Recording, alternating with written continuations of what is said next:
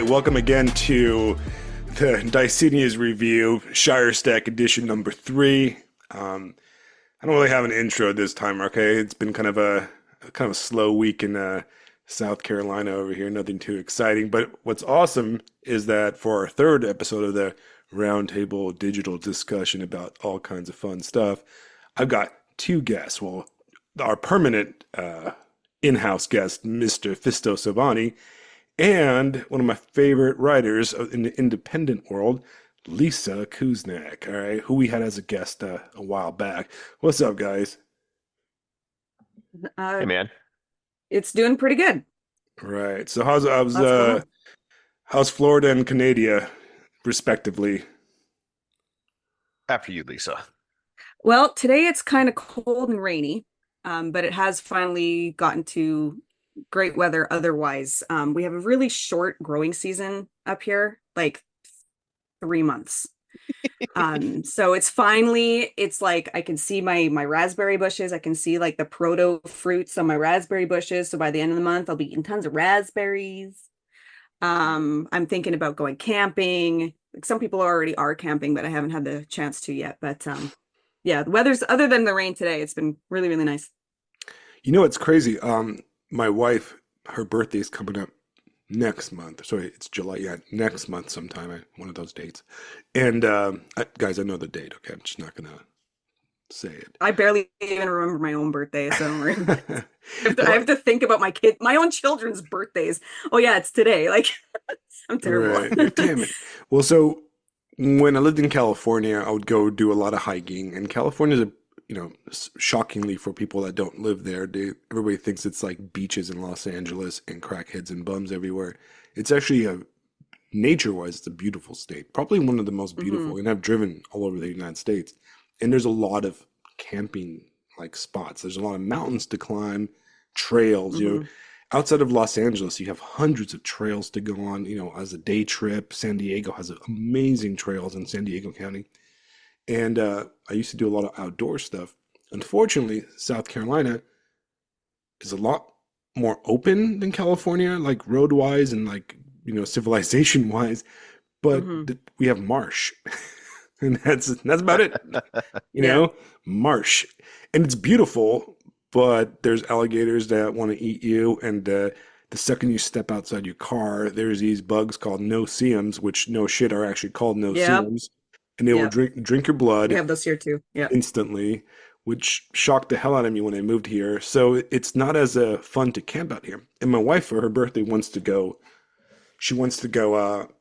grab a cabin somewhere. So I think we're going to go up to Western North Carolina, up in was it Blue Ridge, Smoky Mountains or something? Yes. That's actually the furthest south I've ever been was Asheville, North Carolina. I visited there several years ago. That's exactly where we're going. Oh, it's amazing. It's beautiful there. It's beautiful. That's what everybody says. Yeah. My aunt and uncle lived there for a long time. Yeah, so I heard it's kind of a hick-lib as well. I heard it's kind of a hick-lib city. It is, but it's also really pretty. No, if you really like the art scene, yeah. Yeah, I like art and I like beer and I like IPAs. So yeah, one of my coworkers is from there and he's like, "Yeah, man, it's great, but it's kind of like kind of liberal." And I'm like, "That sounds cool. I'm from Los Angeles, man. I like $20 hamburgers." But yeah, we bought a new dog. I showed you guys the pictures of it. A purebred Belgian Shepherd, and we have to take her out. We have to take her out on the trail to have her fight bears or whatever the fuck's out there. Probably nothing. There's probably nothing out there. Sasquatch. That's your parts. Yeah. But overall, Phisto gets the what are they called? Swamp ape. Swamp ape. Yeah. Something like that. The what? What's the Florida monster? What's the Florida cryptid? I think it's just Florida man, as far as I'm aware. Florida man, yeah. Like it's us. It's me. I'm him. Okay? I'm searching it right now because I actually don't know. Ape. Skunk ape. That's what it is. Skunk ape. Skunk ape. According to Wikipedia here, the skunk ape is a large and hairy human-like mythical creature purported to inhabit the forests and swamps of the southeastern United States, most notably in Florida. Yeah, so Florida man, like I said. Yeah, that sounds disgusting. Yeah, just like whatever picture it is, just Photoshop a rifle Yeah. and like a hat, like a like a straw hat. And yeah, there you go. That's It probably that's what we shops got at down Bucky's, here. right? Yeah, it shops at Walmart, man. Yeah. Come on. Walmart and eats from Nah, Bucky's. yeah. Bucky's is that gentrified Walmart. Oh, that's So we don't true. have that down here yet. It's too classy. You guys have it in, At you least don't have it in South at least down Carolina. where I am. At least down where I am. Yeah, they've got it up in the northern part of Florida, Yeah, but and by not down Jacksonville. where I am in the swamp. I Mhm. think that's the closest one to me. The one in Jacksonville, what is it? Yeah, Shit, St. Augustine.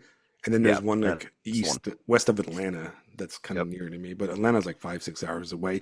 And I know that because I drove to pick up the damn dog to Atlanta and back. I was like, God damn it. No, Fuck. it's funny.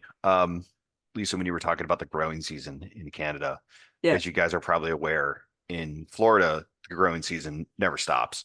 Oh, Um, I'm so jealous of you that. have like a week in the depth of winter where it's like, watch out for frost. Yeah. Like look out. But yeah, Right. something funny. I No, don't I'm know. I'm sure there's probably still people that have their furnace on at night still up here. Yes. Yeah. Yeah. No, I don't doubt it.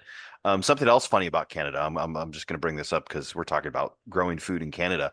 And it was S- Canada Day yesterday. So oh, happy oh, belated Canada Day Canada. to whatever Canucks are listening.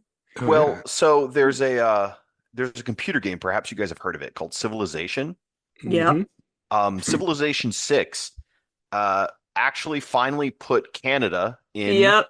as a civilization. Now, are you Yep. aware of how hard they mean to you guys?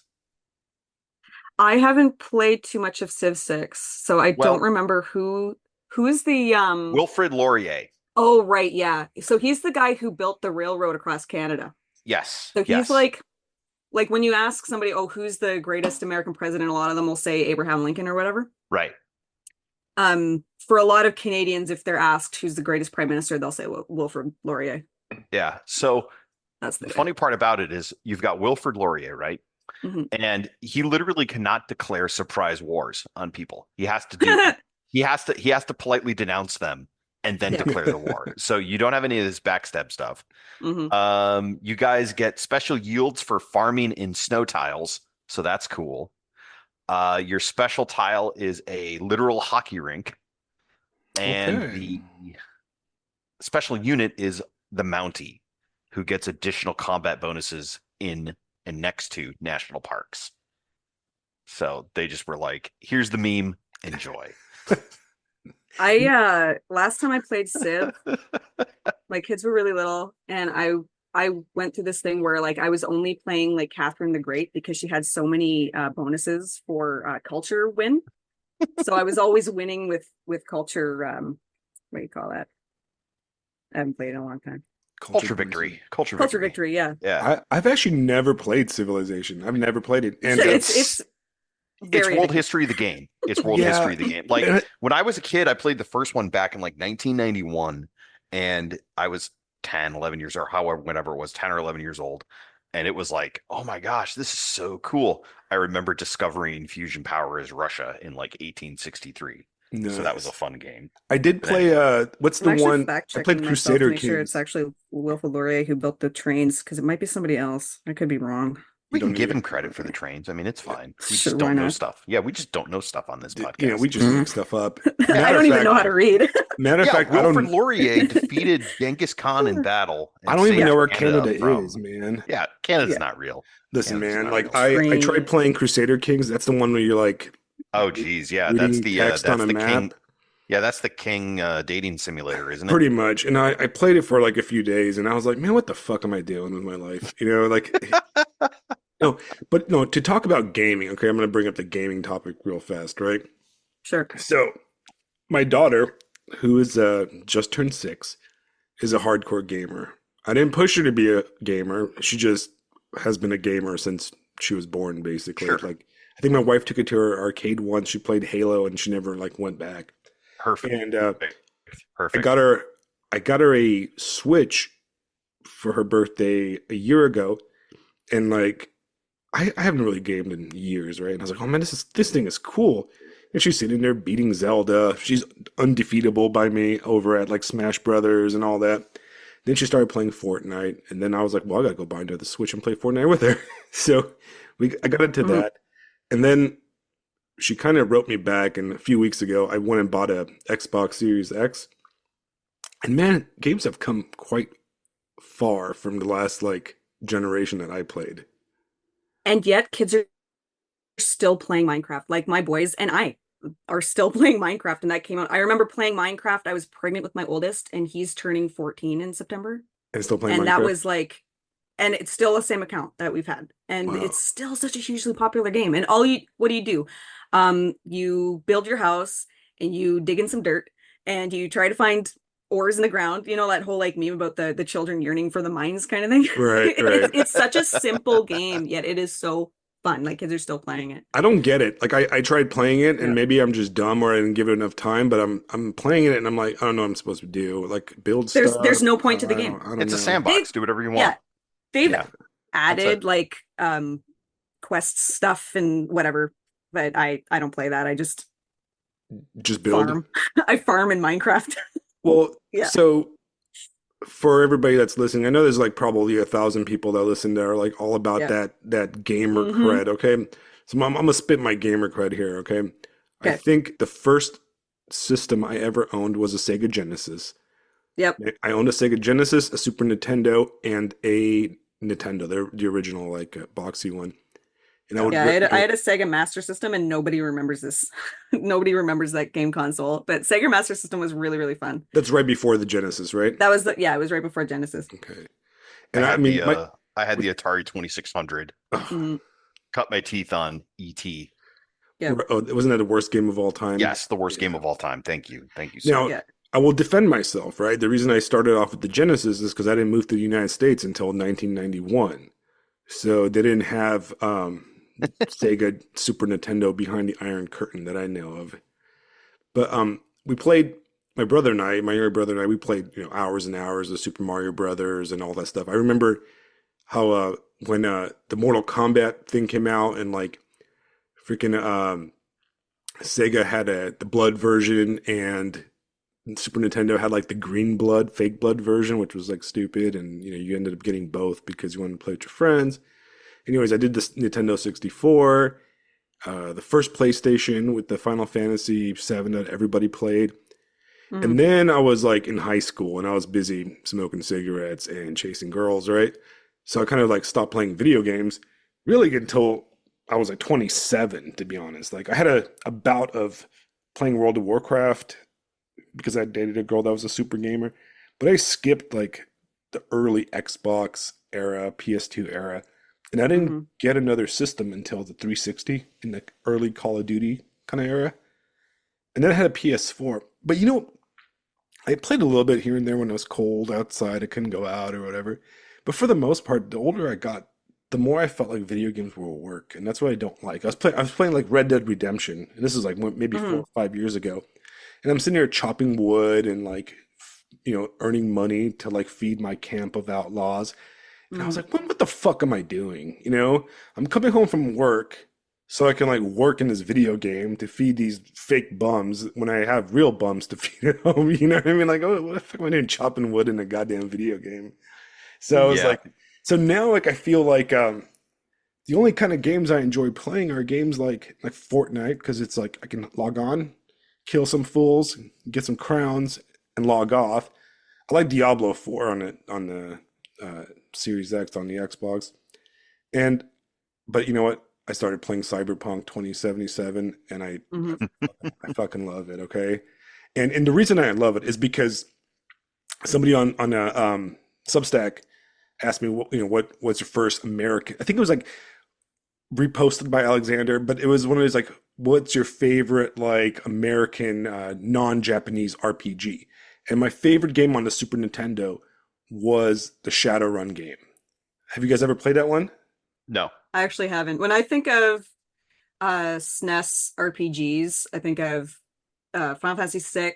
I played that one, and Super Mario. What was the RPG? I think it was just called Super Mario Yeah, RPG. they just I played that re-released it one. actually on Nintendo Switch. Oh, right. Yeah, yeah, yeah. Yeah. But yeah, I played that. Okay. I played that in the Super Nintendo era. I was like very at the Hmm. end, right before like the 64 came out, I think. Yeah. Well, So Shadowrun is based go ahead. on the Shadowrun tabletop RPG. Hmm. And I think my brother and I rented it at Blockbuster. It was actually like this local like Korean run like video store in our neighborhood in California. And I fell in love with the whole cyberpunk thing. That was like my, I'm sitting here in elementary school and you Hmm. wake up, the game starts off and you wake up in the morgue because you got gunned down, but like a dog spirit like revives you or something like that. And to this Hmm. day, I remember the freaking character's name. His name is Armitage. And there's dragons and like, cyberpunk stuff and clubs. And I was just in love with it. I mean, if I played it now, it's probably looks like garbage, but I remember loving that game. And I fell in love with the whole Shadowrun, cyberpunk kind of genre.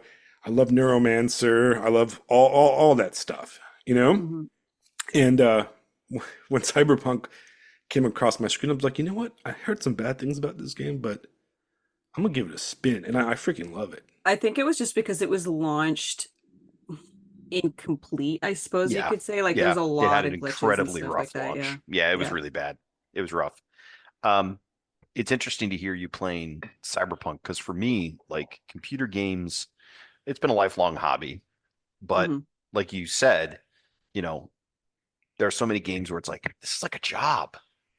And Cyberpunk, it ends. It has an Hmm. arc. They try to tell an actual story in it. Right.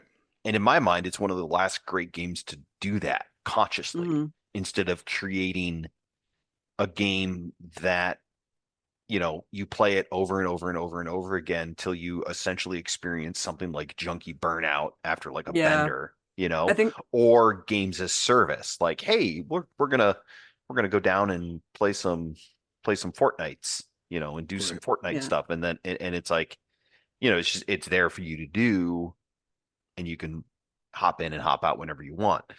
I don't know many games these days where they try to tell a story. And like Yeah. when I was growing up, for me it was stuff like Homeworld or Half-Life, the Elder Half-Life Scrolls. was so good. I miss Half-Life. Yeah, Half-Life. I mean, it was 8 or 9 hours, right? Hmm. And it told you, and it took you on a journey. It took you through a story. It was kind of like a X-Files sort of. I don't know what the fuck is going on, but I better, Hmm. but by God, I want to find out what's up, right? Hmm. And but it had an arc, right? Rising action, falling action. It's still telling a story, it's still telling an Yeah. experience. And that's when they discovered they could make a lot more money by not doing it that way. Well, there you go. I Yeah. blame I blame Mass Effect for that. But anyway, Yeah.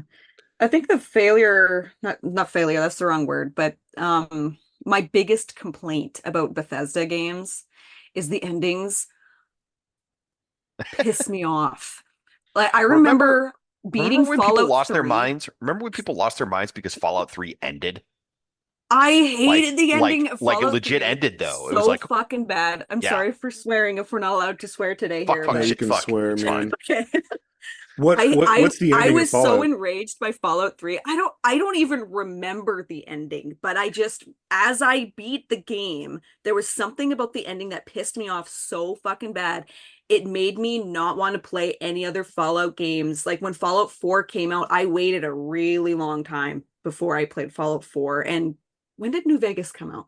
I'm pretty sure It my was like husband played New Vegas first. '06 or '07. Well, New Vegas was Obsidian. That was a completely Yeah, different. it was totally different. That's And when I Vegas was watching is, him play, I'm like, okay, I can play this one without getting enraged. yeah, Um, yeah. And then with games like Skyrim, I don't even bother making it to the end. I don't care about the ending, right? I yeah. just I play Well, I beat Skyrim that just to one. be an idiot. well, like Chop like wood and shit. Yeah. that's all a good example though, because like Hmm. Fallout 3, Fallout 4, and Skyrim all have a main story arc, but the games are very much start playing, get lost in all of the things that there are to do, and you technically never have to stop playing. Yeah.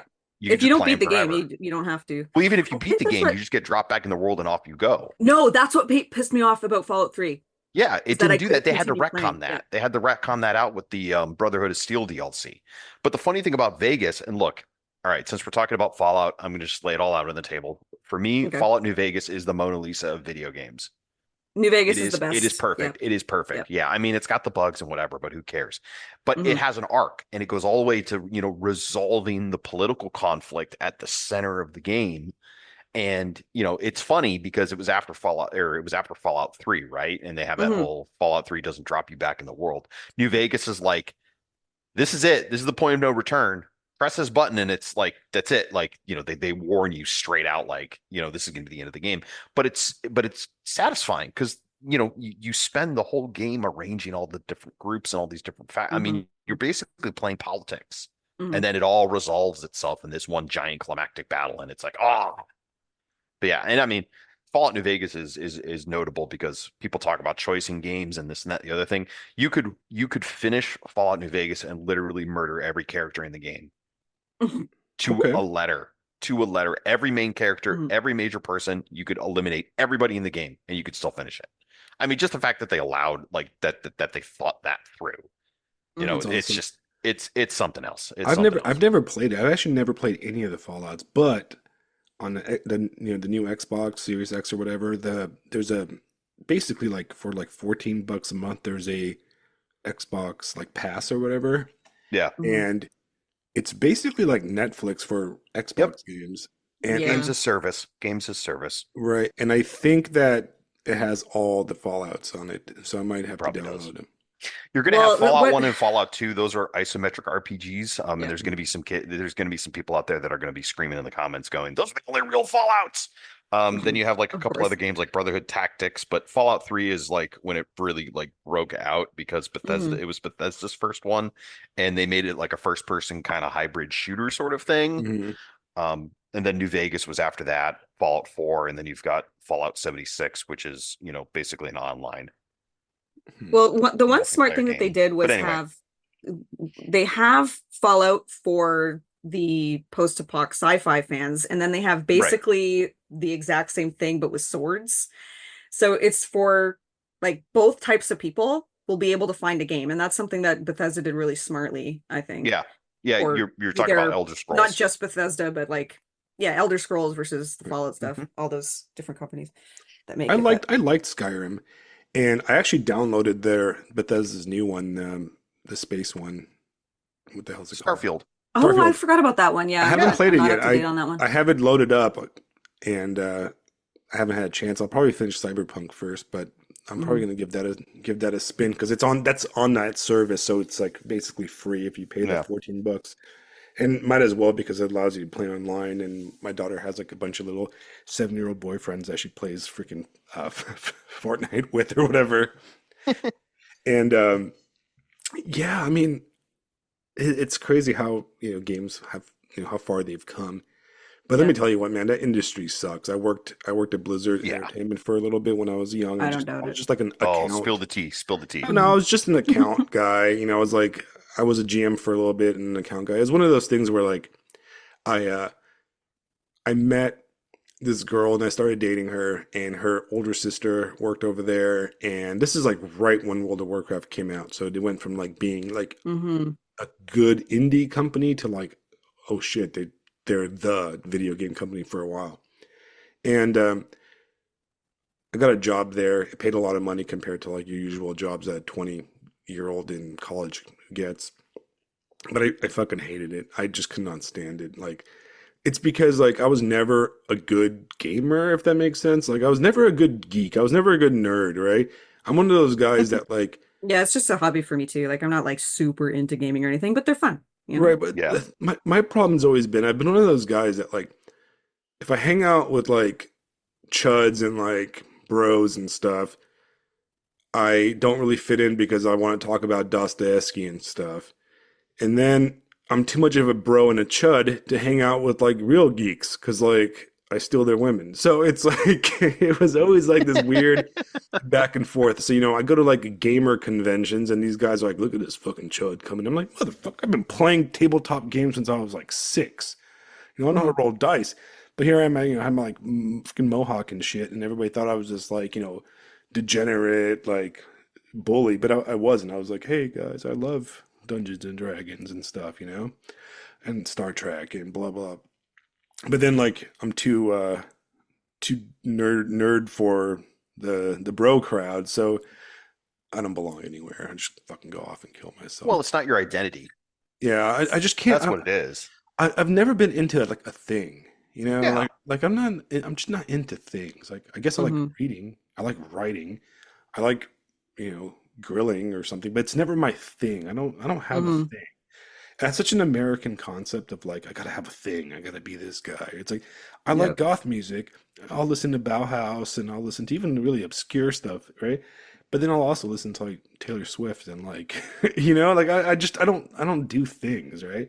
So Hmm. I didn't fit in with those guys because a lot of those guys and girls, there's a lot of girls that work there too. They were just all about it. Like it was like World of Warcraft day and night. These guys would work 10 Hmm. hour shifts and then they'd get off and they'd stay at work to play more World of Warcraft. I'm like, fuck, man, I can't even like look at another goddamn elf or orc or whatever. I fucking want to murder. I'm like, let's go drink, guys. Let's go to a club or something. And yeah, either way, so I ended up quitting. I was like, peace, I'm done. I don't want to fucking work here anymore. I ended up going to work at a coffee shop instead. Took like a huge pay cut, but it was better for my life. Which Hmm. actually brings us to our Substackistan topic, to be honest. Uh-oh. Right? Here we go. And it needs to be mentioned. All right? So the big back and forth on the Substackistan forums has been the pay maxing, right? The pay maxing that like what advice do we give to young men? And off the bat, and Lisa, I kind of want your input because Sure. you're a mom of boys, Hmm. if I'm correct, right? Yep. So this is something you would probably have to give them advice. I will honestly admit to everybody that I am glad I have a girl because it's much easier to talk to girls in this 21st century than it is to deal with a. And here I am. I have kind of like the opposite thing where Mm. uh I am so freaking glad I didn't have a daughter because every woman in my family, including myself, is batshit insane. So I'm so glad I did not have a daughter. Oh my goodness. Yeah. But I I must be suppose it's just what you're used to, right? Like you're used to having a daughter, Is and that I'm my used to dog or having your dog? sons. Whose dog is that barking? Not mine. Let not me my go. dog. Let me go check on my dog. You guys talk for a second, okay? Sure. Sure. Here, dog. Um, I must be in a silo because this pay maxing thing, I don't I I must have missed it all. Well, I'm probably blocked by all those guys at this stage, yeah. Well, for I just kind of scroll past being it. mean. So my thing, hey Maxing, I don't like people who try to tell other people what to do with their lives, but at the Yeah, of same course time, I not. understand that they're trying to give advice to young men who maybe they don't have somebody in their real life situations that could give advice. Um, I don't know. I was raised by wolves, so I've had to figure everything out myself. So I don't really get that mindset. I don't understand. I don't get looking to someone else for advice. I don't know. I just can't wrap my head around it. Like, I've always just had to figure everything out myself. The thing the thing that kills me is the fact that it's folks providing advice, but they're also trying to Mhm. make a living doing it.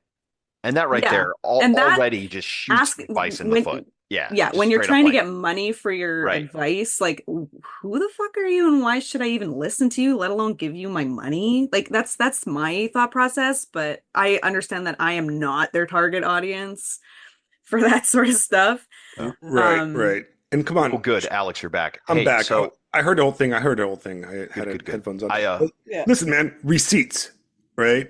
It, right. it's not only who the fuck are you, Yeah. but what is wrong with my neighborhood today? Dogs barking, fucking motorcycles driving by. Anyways, receipts.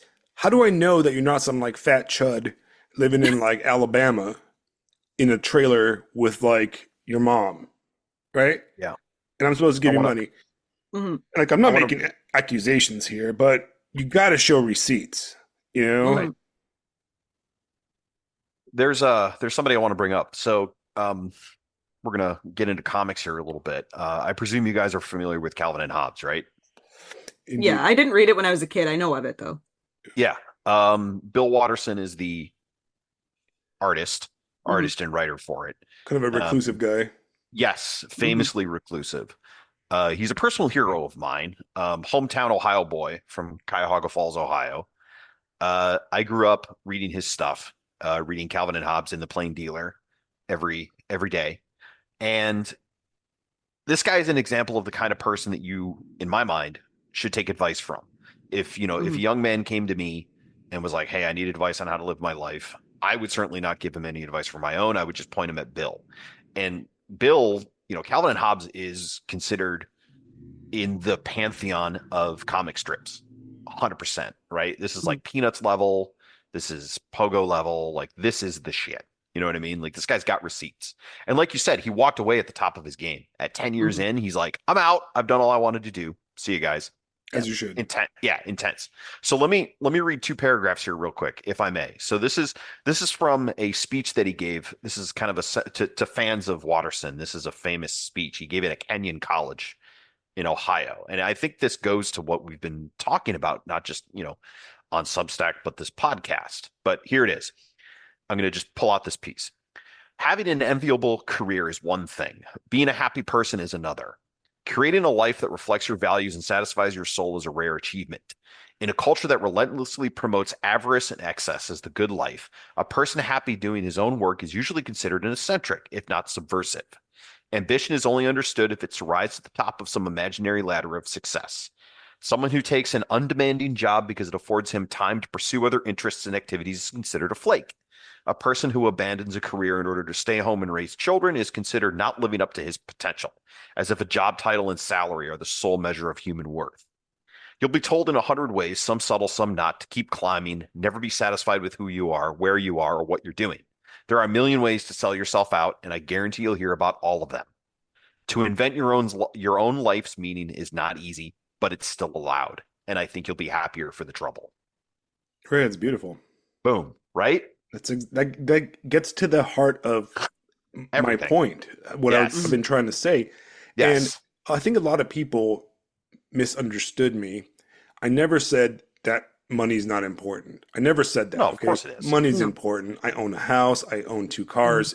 You know, I'm squarely in the middle class and I worked hard for what I got. But at the same time, I don't think that money is the end all, right? I don't Mhm. think that you can't. I don't know. Maybe some people can do this, right? Maybe some people can hustle and save money and then, not let it destroy their soul, but I can't. All Mhm. right. I can never see myself, getting stuck in an office job. I will tell you a quick story, right? So when I was like 20 and around that era, I had a friend, still, we're still friends online, and he's a very successful guy. This guy's a hard charger, a little bit of an autist. He's a physics professor right now. And he was one of those guys that, like, this dude hustled. He always had the best jobs and he always saved money. He always got to buy a good car because, he earned it, right? And he got me a job at this it was actually at a Krispy Kreme like not a factory. Well, okay, it was a Krispy Kreme factory. You guys familiar with Krispy Kreme, right? Yeah. Mhm. The donut place, right? But it Yep. was like a distribution center that would make a shit ton of donuts and then put them on the back of trucks, and the trucks would take them to all like the different supermarkets that sold fresh Krispy Kreme every day. And this job at that time, I think, paid like 20 something bucks an hour, which is a lot for 2002, Yeah. 2003, right? when your Wow. when Yeah, your that's minimum wage in California was like 750, if I remember yeah. correctly. So it was double minimum wage. It was a decent amount of job. So he got me a job there and I was very thankful. I was like, oh man, hell yeah, I can, pay my rent now and everything. And I started working there. And it was the most dreary motherfucking thing I've ever done in my life. It was in this like warehouse that looked like the warehouse in every, fucking video game with the neon lights and that like green, sickly, palish color, everything. And it was so dull. And the job was like literally like looking at one invoice and stapling it to another invoice and then entering it into a spreadsheet. And I did that from the morning, like at 7 a.m. to about noon. And I was like, I cannot fucking do this. I need to go out to lunch. I went out to lunch and I got a call on my phone. And it was from American Eagle Outfitters, right? Like the freaking clothing store. And like, hey, you put in an application like 2 months ago. You want to work here? And I'm like, yes. What's the pay? They're like, $8. I'm like, I'll fucking take it. I couldn't do it. I ended up quitting. I went back and I was like, sorry, man, I cannot do this. I know you're gonna hate me, but I will die. Like, even if I couldn't last one day. Like it ate my soul away. Like, and I couldn't do that.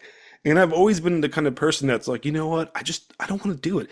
I don't want to be unhappy for years at a time so I can save up money to be unhappy because like, I now have a BMW, but I have to go to my crappy like corporate job that is like mind numbing. You know what I mean? I, Yeah, I just I can't do Yeah. never it. I never thought it was a I mean, I get doing things that you don't want to do. That's like Right. that's adult life. I get that. Hmm. But everybody's got to draw that line in their own spot, you know, Yeah. at the end of the day. It feels like a lot of these guys have this attitude. It reminds me of, we're all millennials here, so we've heard this all before when our, boomer parents would be like, don't go into the trades, you don't want to be flipping burgers, blah, blah, blah, blah. Only stupid people, You want fries with that?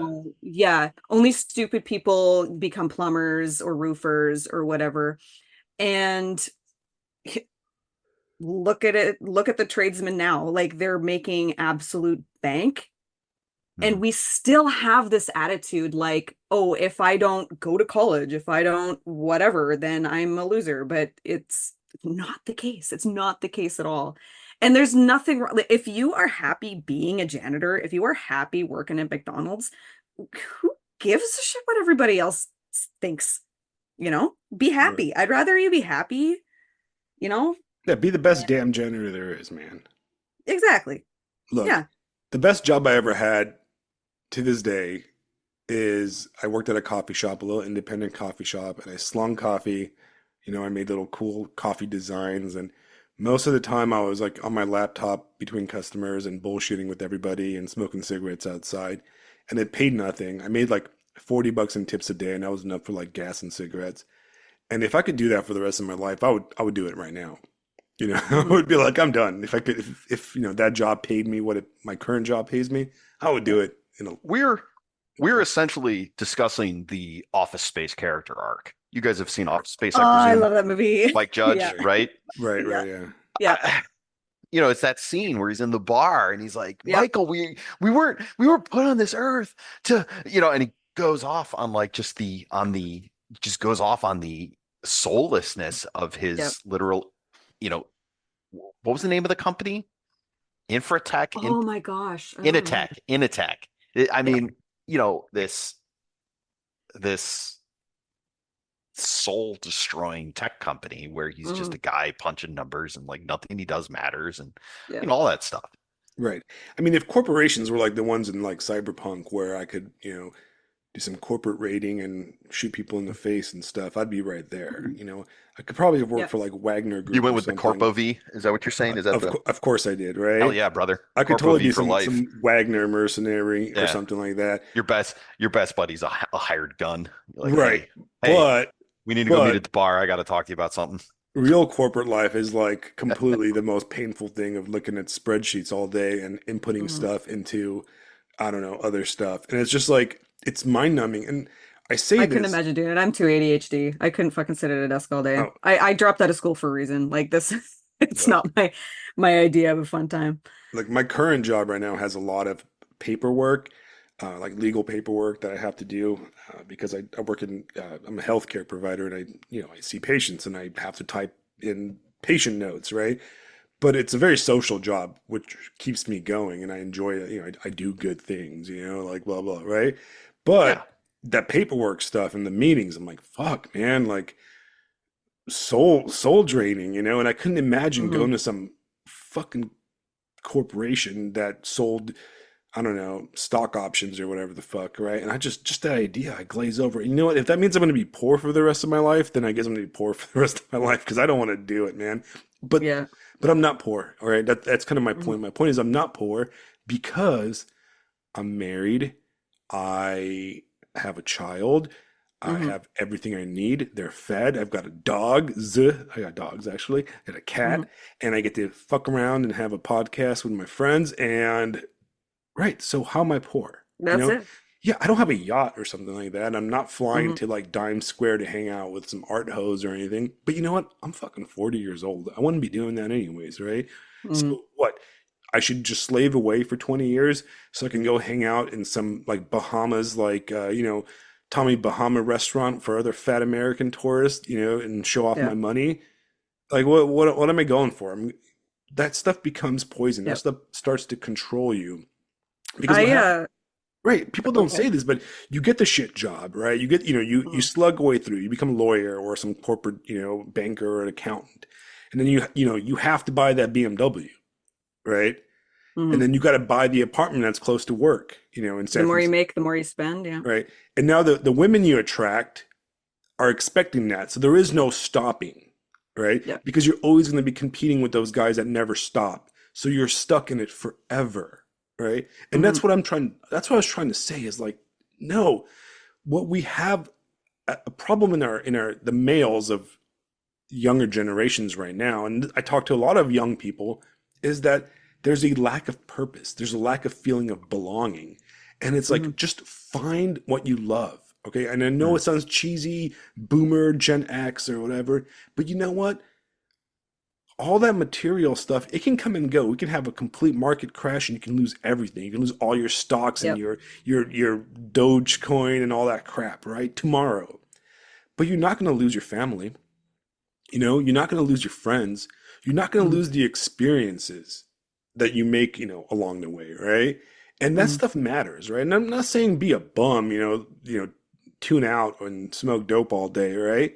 But at the same time, it's like, man, don't give up your youth for a promise that in the future you might get something in return because This it's not goes back. worth it. Oh yeah, no. And Wait, you have go sorry, ahead. Lisa. Go ahead. Go ahead, please. After you. I was gonna say, like, see now my brain froze. Oh, right. I was gonna say, you have no idea, like, especially young people, they have no idea where they're gonna be in a year, 5 years, 10 years. It could look so completely different from what you thought you were gonna do when you were 12. Um, it's incredible. Like my husband and I have struggled financially. We've had good times, we've had bad times. And he's had to have all sorts of different jobs to make sure that, my kids have food and, their feet have shoes on them and all that crap. Um, and it's just you have it's mind-blowing where you sometimes will wind up unless you absolutely luck out. Like, when you are 8 years old, you are going to be, I don't know, a chemist, and you do absolutely nothing but study chemistry your whole life, and your parents are super supportive, and they pull you from regular high school and they put you in some sort of super duper chemistry program at 12 years old or something. And you're just like this like weird chemist savant or savant or however that word's pronounced. I don't know. I'm an idiot. And then, you wind up doing chemistry for the rest of your life and you're happy doing it. But most people, their lives don't work like that. Like, how many of us wanted to be, I don't know, a vet when you were like 8 years old and you thought you were going to be veterinarian, and then you realize, oh, that involves actually like putting animals down, and that's really sad, so I don't want to do that anymore. And then you change your mind, oh, now I want to be I don't know, what else do kids want to be? so, so, remember in the 90s, everybody wanted to be a marine biologist. Wasn't that a weird thing? Was that a thing? Yeah, That everybody was a wanted to thing. be. Yeah, that was the thing. You're I right. don't It recall was that a being thing. a thing. That was the thing in But yeah, Canada too, because it was but definitely in yeah, California. yeah. But then how many of us became marine biologists? Right.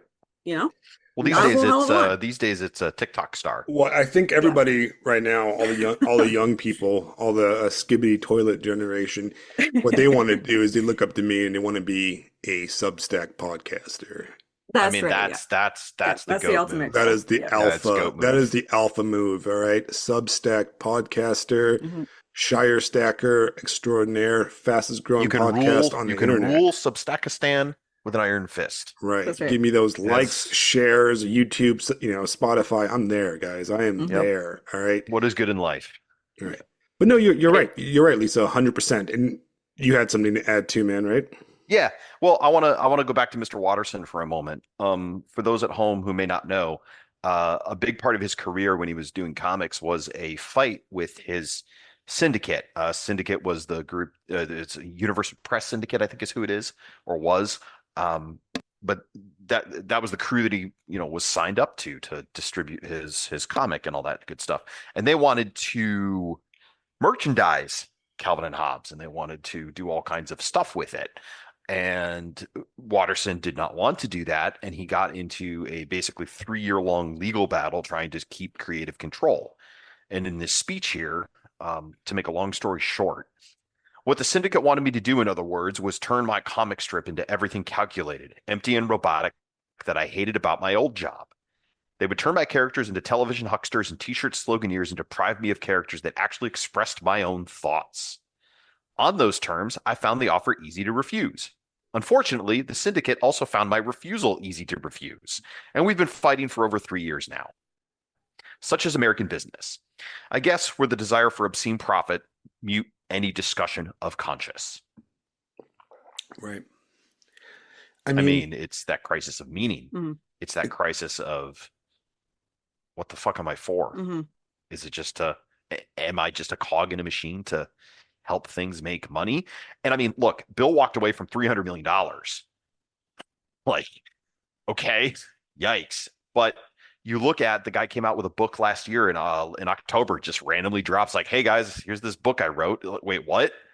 And you look at it and it's like, man, this is cool. This guy made something. Right. Mm-hmm. He created something really kind of awesome. Freaking Forest Rebel, man. He's anarchist. Yeah. I was waiting for the younger. I was going to do it. I was going to bring it up if you didn't. That's what it is, man. That's what it is. He went out into the forest. Look, dude, Younger the forest is literally a character in the Calvin and Hobbes strip.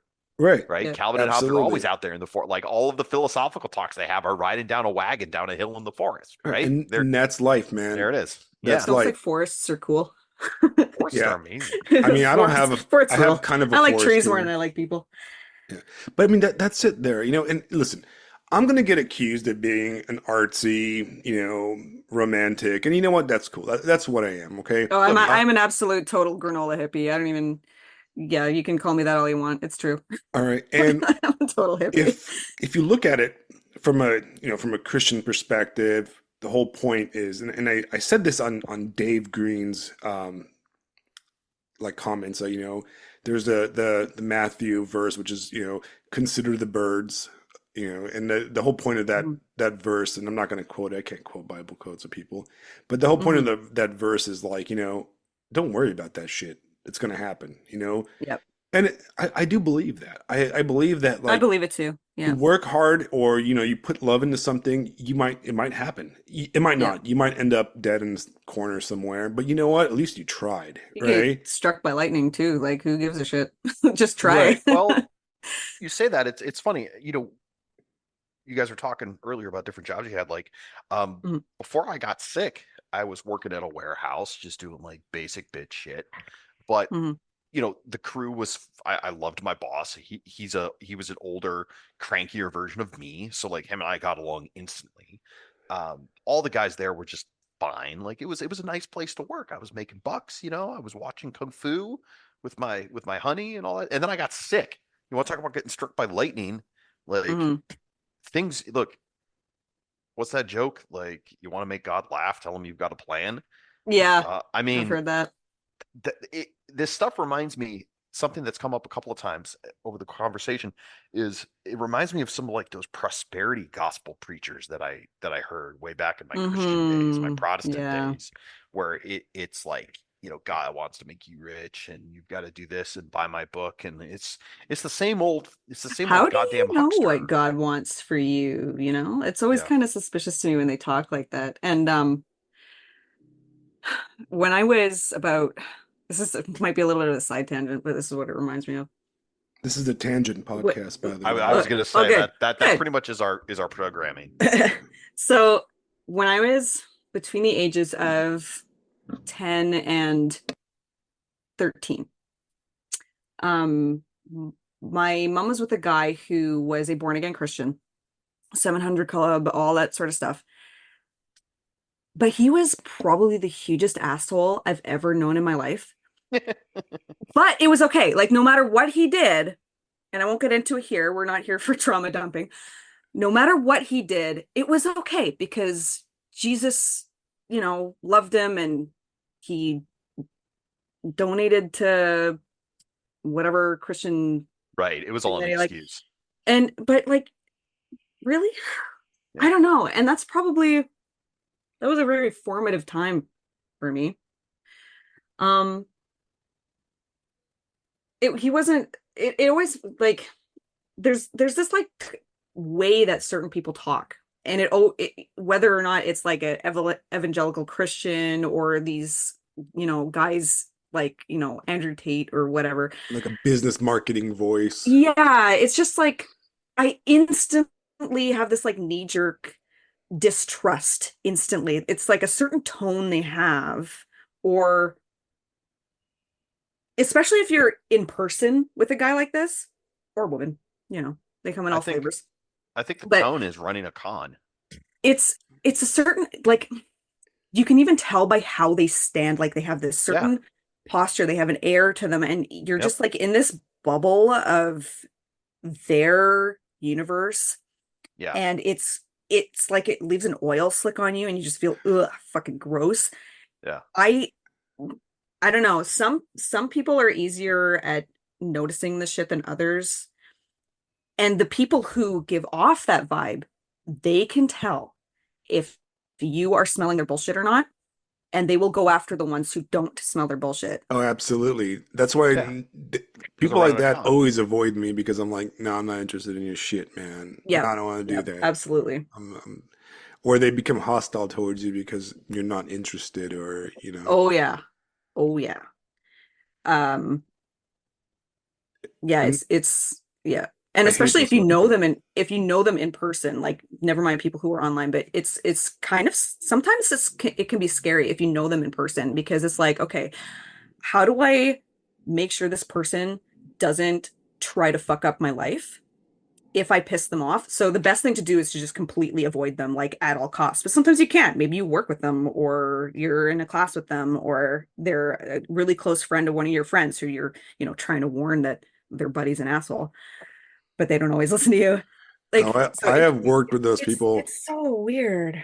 I have worked with those So people that weird. these guys are like, you're my friend because you're using me right now, but as soon as you get Yep. promoted above me, I'm gone.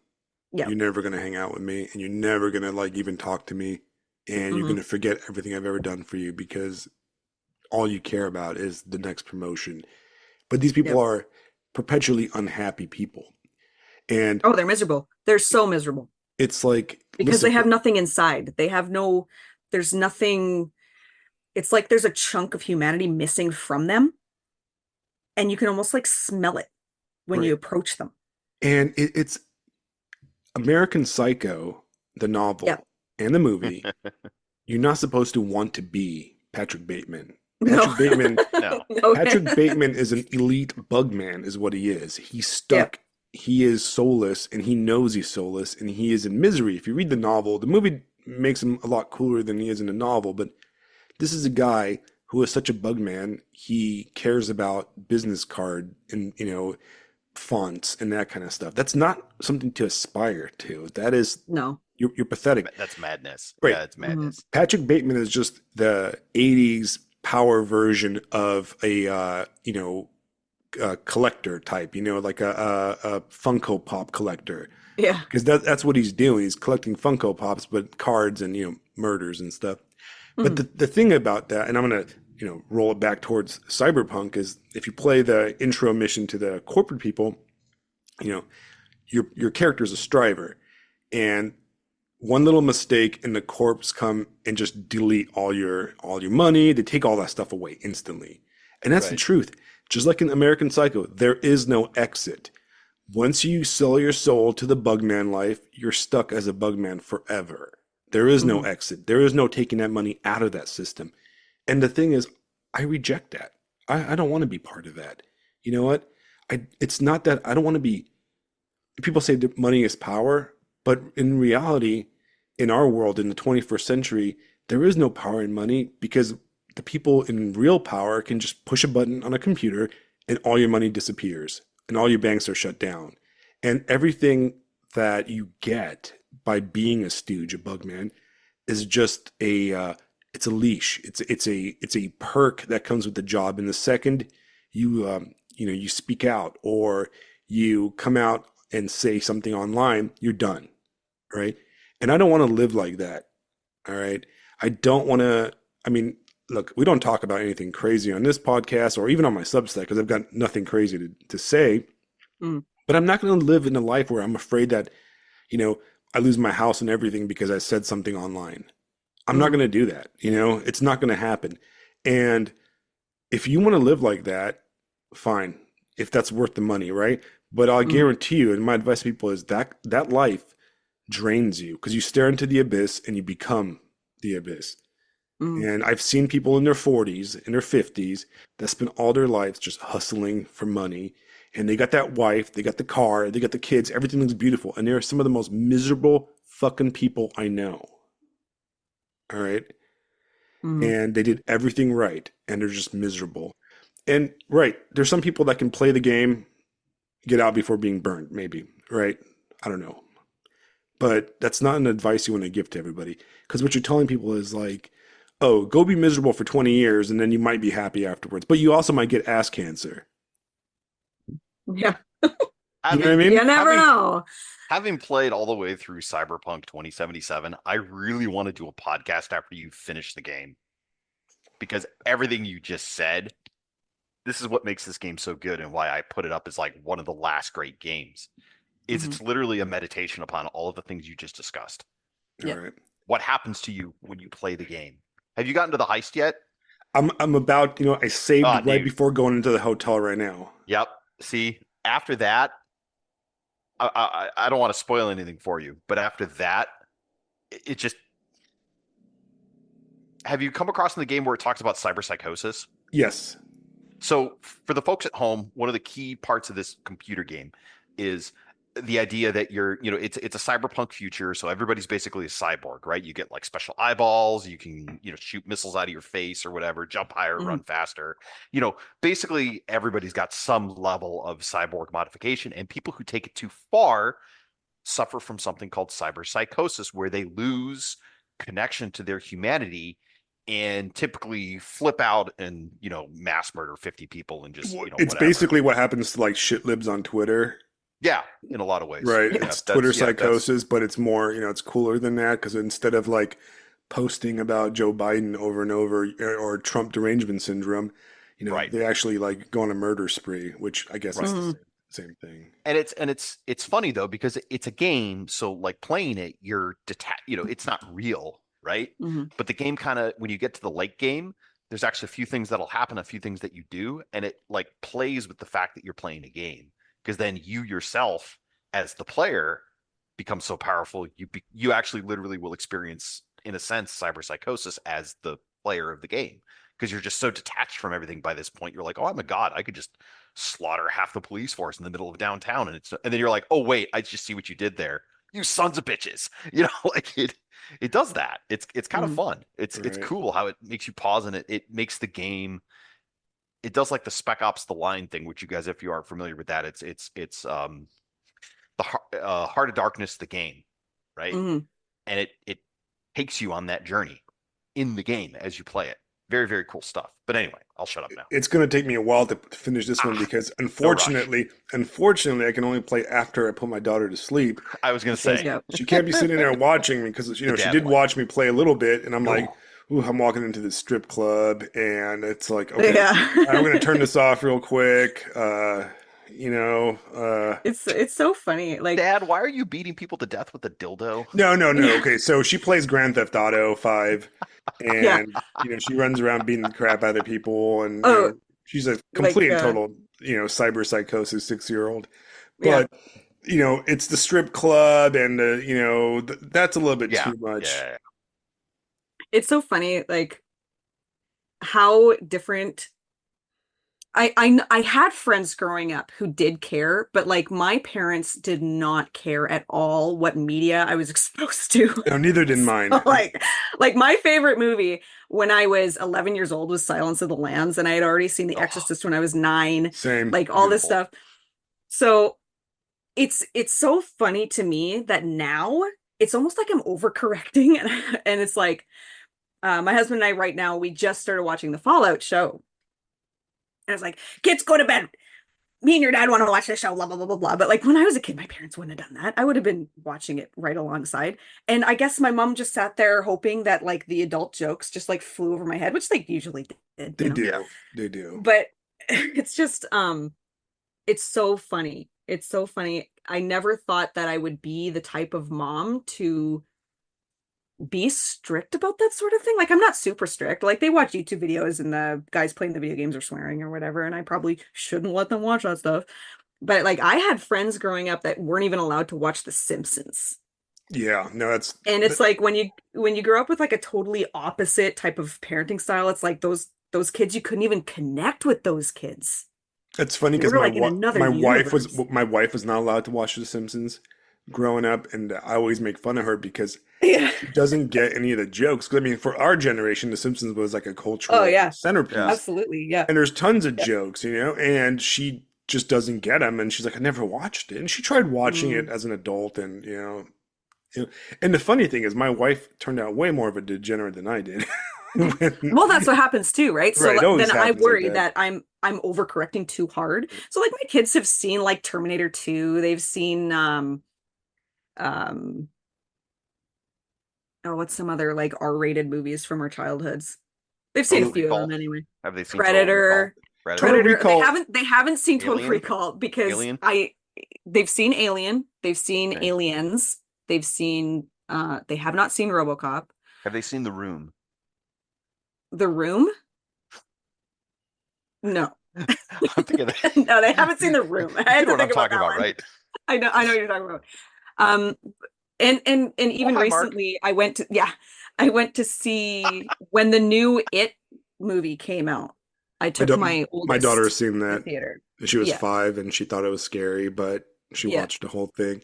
And So like, I'm not super strict, but it's still kind of like I do worry that I am overcorrecting, and it's so weird because I don't know what normal should be because I was raised in such a like abnormal environment. I don't know what normal should be, so I don't know if I'm actually overcorrecting or if I am being a normal parent. I don't know. well, It's it's Oh, confusing. tough. It's tough. And here's the thing, right? So I grew up, in an Eastern European family that moved to the United States, and Yeah. that, ratings did not exist in our house. Like my mom No. had no idea, our dad had no idea. So our childhood movie when I was like 7 was Total Recall. That was my favorite movie. That was my 5-year-old brother's favorite That's still my movie. favorite Oh, movie. it's one of Total my favorite Recall movies to this played at my day. funeral. I fucking love Total Recall. It's my Right. favorite movie. Play And I Total haven't showed it to my No daughter yet eulogy, because just I play think she Total would Recall. like it. Right. But you know what's funny is like I don't have a problem with violence, and this is where the hypocrisy comes in. This is the interesting Yeah. topic, I think, right? I think I know So where you're going with this too. yeah, Yeah. I mean it's the obvious place, right? So I don't, my daughter, she's 6. She's a very intelligent 6-year-old. Ever Mhm. since she was 3, we took her to movie theaters, and she could sit through movies. I mean, she's watched Grease with us, the whole Yeah. thing. She watched Big Trouble in Little China. She saw Alien. Mhm. She hasn't seen Aliens yet. We tried watching The Thing, but she thought it was stupid, so she didn't want to watch it. Mhm. She thought it wasn't scary because the whole dog alien thing. I'm like, what are you talking about, you ingrate? This is terrifying. Yeah. Yeah. Beetlejuice, all the classics that I grew Yeah. up on and my wife Yeah. grew up on. So she watched them all, and she has no problem. And she watches all the dumbass YouTube videos, supervised, of course, but Mhm. and she drops F-bombs for fun, and she understands that you're not supposed to like talk like that Yeah. outside the house and outside of having fun. Yeah. And we drink around her, as in like we know we'll have beer or some wine, Mhm. and the whole point of that is that like I want her to see how normal people do things. Like this is the right Mhm. way of enjoying a drink or a cigarette or whatever, right? You're not going to Mhm. go out and get drunk, but the we were playing through the early parts of Cyberpunk, and she's sitting there, and she's actually made a character, and she's playing, and the violence is pretty extreme, but Yeah. that doesn't bother me. It's like it's the sex stuff, right? Yeah. Isn't And I'm that weird? right, but I'm not talking the part I have a hard time with And the strip club thing, right? How do I Mm-hmm. explain to my daughter how a strip club works and the Uh-huh. selling of sex? Yep. You know what I mean? Because one, she Yep. doesn't know what sex is to begin with, right? Remember Duke Nukem 3D? Right, exactly. Oh Shake yeah, It Baby. Yeah. I used to like, hit the take it, space baby. bar Yeah. nonstop, and I was like 7 years Yeah. old when I was out, right? It was just funny. I don't Right. Yeah, know I can And it's why. like, oh, the three titty girl, that's cool, and Yep. you're like supposed to like that kind of because I used to watch Married with Children and I was like 10, but at the same time, Yep. like you never connect those two. You never connected. It was almost like when you like took that stuff in, you like compartmentalized the sexuality of it. You never thought Yeah. about like, oh, well, this is a human being that is selling their services sexually for, you know what I mean? And the Yeah. problem with cyberpunk is it gets into some really deep stuff, which is like, you know, body, like the whole body sex thing where like people record like experiences and The sell it, or BDs. they sell their Yeah, bodies as Mm-hmm. like puppets basically. And dolls. this is it's a theme that like I think Altered Carbon covers a lot also, and Mm-hmm. Original Neuromancer covers a lot with Molly Millions. And you guys better know who Molly Millions is, right? I actually, you know what? Neuromancer's on my list of shame. Okay, I you, haven't you read put Neuromancer. that to the top. It's a 1 day read. Molly Millions is Okay. like the badass chick, cyber samurai basically, but she's basically she was like a body hooker that would sell her body and tap out, and Mm-hmm. somebody else would take it over on AI Yeah. or whatever. And that's kind of a theme in cyberpunk, and I can't explain that to a 6 year old. You know what I mean? No. I can't No. fake that. And it's easy to explain like, hey, shooting somebody in the face, not good. All Yep. right? You shouldn't Mm-hmm. do that in real life. But how do you get into the more complex topics? So it's not a prudishness on Mm-hmm. my part at all, because I have no problem. Like, yes, she Yeah. watched Grease with us, and Grease has like a lot of like I in forgot how much sexuality was in Greece because I well, hadn't seen it since I was like young and it must have gone way over my head. And then I tried watching it with my kids a couple years ago and they weren't into it. So they just totally left the room, which is probably a good thing because when you get to the song, um, the Rizzo about, sings. yeah, yeah, Yeah, that the whole Rizzo storyline. I just watched it recently. yeah. But yeah, I mean, there's the So, pregnancy thing, the yeah. implication that she's like exiled for being pregnant, she can't go to school Mhm. anymore. And how do you like? Oh, that's tough. You can't bring that up to a fucking 10-year-old. Yeah. Like you have to go back to the baseline. Luckily, it goes over people's heads because it went over my head Yeah. because we used to love that Mhm. movie in middle school, and Yeah. I can't remember a goddamn thing from it until I Mhm. watched it as an adult. I'm like, also, that is the gayest movie of all time, if you ever notice. Yeah. And I True. don't mean Uh, that in like gay bad way. That is literally the most homosexual movie around. And the reason is that Yeah. if you My watch it God. again, okay, if you watch it again, the director was gay, the cinematographer was gay, right? And Hmm. it is one of the rare movies that completely really has a gay male gaze. And what I mean by that is if you look Hmm. at it, if you put yourself in the viewpoint of the camera, which is, the eyes you're looking to the movie, it Hmm. is just crotch shot after crotch shot after Yep. crotch shot on these like attractive dudes. And meanwhile, they make all the women in that movie frumpy as fuck. You know, like almost every girl in that movie is wearing like they're either frumpy or kind of transvestite in a way, like a cha-cha, Hmm. for example. But that movie is all about gay dudes looking at each other's junk, and it's so gay.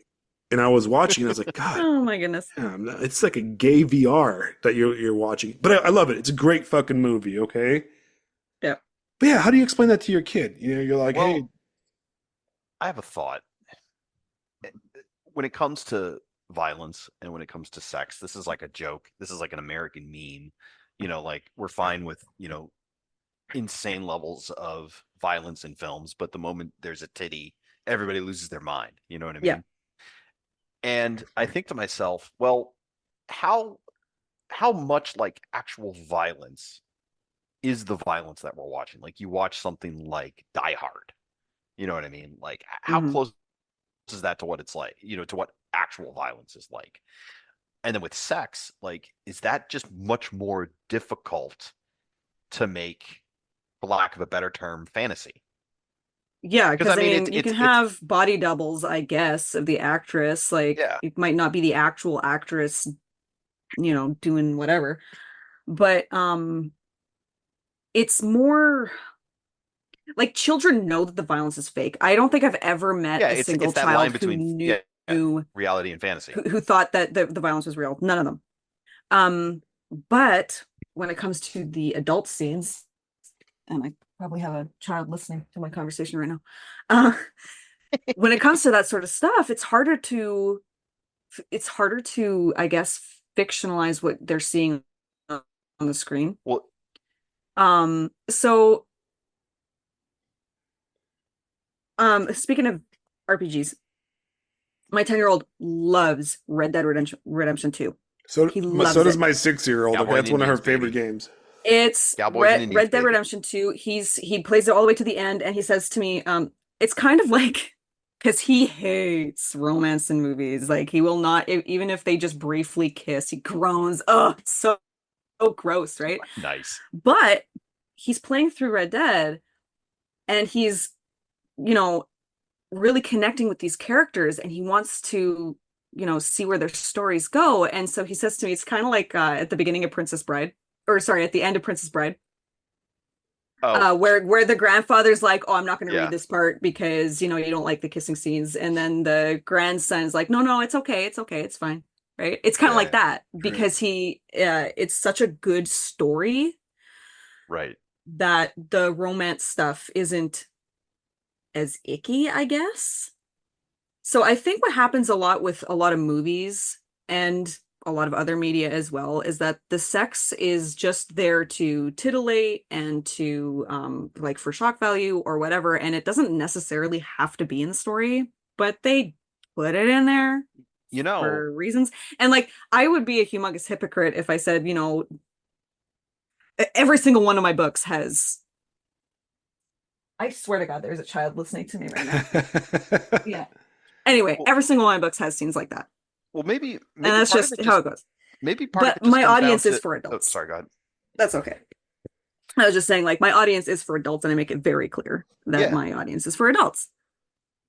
maybe it's the difference between like what's most likely to happen in our lives or what's part of the baseline human experience. Hmm. Like, how many of us on the level are going to be, you know, involved in a shootout, like, Hmm.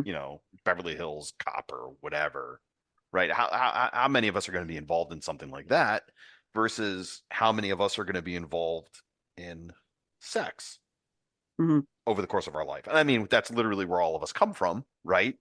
That Right. we're all here Yep. because two people decided, hey, let's do the thing.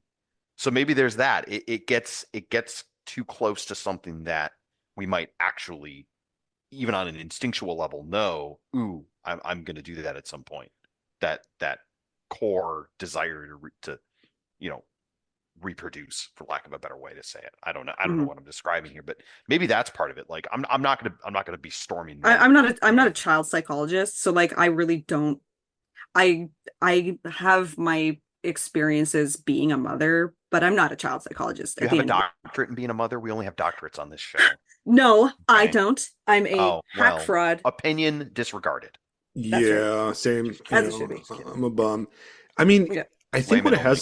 what there's something to do with it. I think that I don't know. violence, for the most part, you can you can defend yourself for the most. Okay, so you're right. Most violence on movies is just fake, and instinctually Mhm. deep down it's fake. Like Right. you watch stuff like Quentin Tarantino movies, and Oh geez. and Yeah. Quentin Tarantino movies are Mhm. fun, but the guy's never been punched in his entire life. No, You know Right. what I mean? Yeah. I Like doubt it. I think I was talking to Schuyler Hernstrom back in the day, and he said something like, he's like, Quentin Tarantino movies are cool, but he's definitely the guy that's never been punched in his life that talks about Yeah. fighting, because that's Yeah. the kind of violence you have in his movies. It's like Mhm. stylized. Yeah. It's hard to stylize sex because it's intimate, Right. and it is a You can't part hide. of, I think, especially when it comes to younger people, teenagers, early teenagers, Uh, it's Yeah. such a, and for women specifically, your body changes and you can't control it. Hmm. Right? It Yeah. is, you get these, you get desires and feelings and these emotions that are so complex and they're hard to approach. And so much of our cultural hangups really come out of those teenage years, like Mm-hmm. a lot of the, you know, a lot of it boils down to that, and you can trivialize it and, go to the 2000s era of like American Pie, that whole era of, kind of sexuality, which is just as fake as some of the violence because people don't act like that. And you can Mm-hmm. try to ignore the side effects and do the Sex in the City thing where, women going around sleeping with as many dudes as possible and there's no consequences, there's no emotional attachments, but that's not real either, and we know that's not real. So I think Mm-hmm. that's what makes it difficult. Occasionally, you get a violence on a movie or something that's like really intense. You're like, oh my god, I think the Breaking Bad where he kills the girlfriend, for example, is one of the Mm-hmm. ones that like sticks out. Or in a Casino when they, finish Joe Pesci's character. That one was one that I watched recently again, and I was like, oh man, that hurt me. You ever watched do you ever watch the recent version of All Quiet on the Western Front? I No, I have haven't yet. not. I have not seen the recent one. I watched it with my army buddy best friend, or my buddy who was in the army, who is my best friend. Mm-hmm. For me, there's a few scenes in it that a lot of people will discuss. But for me, it was when he had to pause it after they were watching the two main characters were clearing a bunker with Mauser rifles and just Mm-hmm. like one shotting these French dudes. And he paused it and he's like, number one, that's really hard to do. Number two, I need to step out for a minute. And it's just like, oh, that was really spot on. It's Mm-hmm. that like when violence really tries to look real, it's Yeah. like fuck me.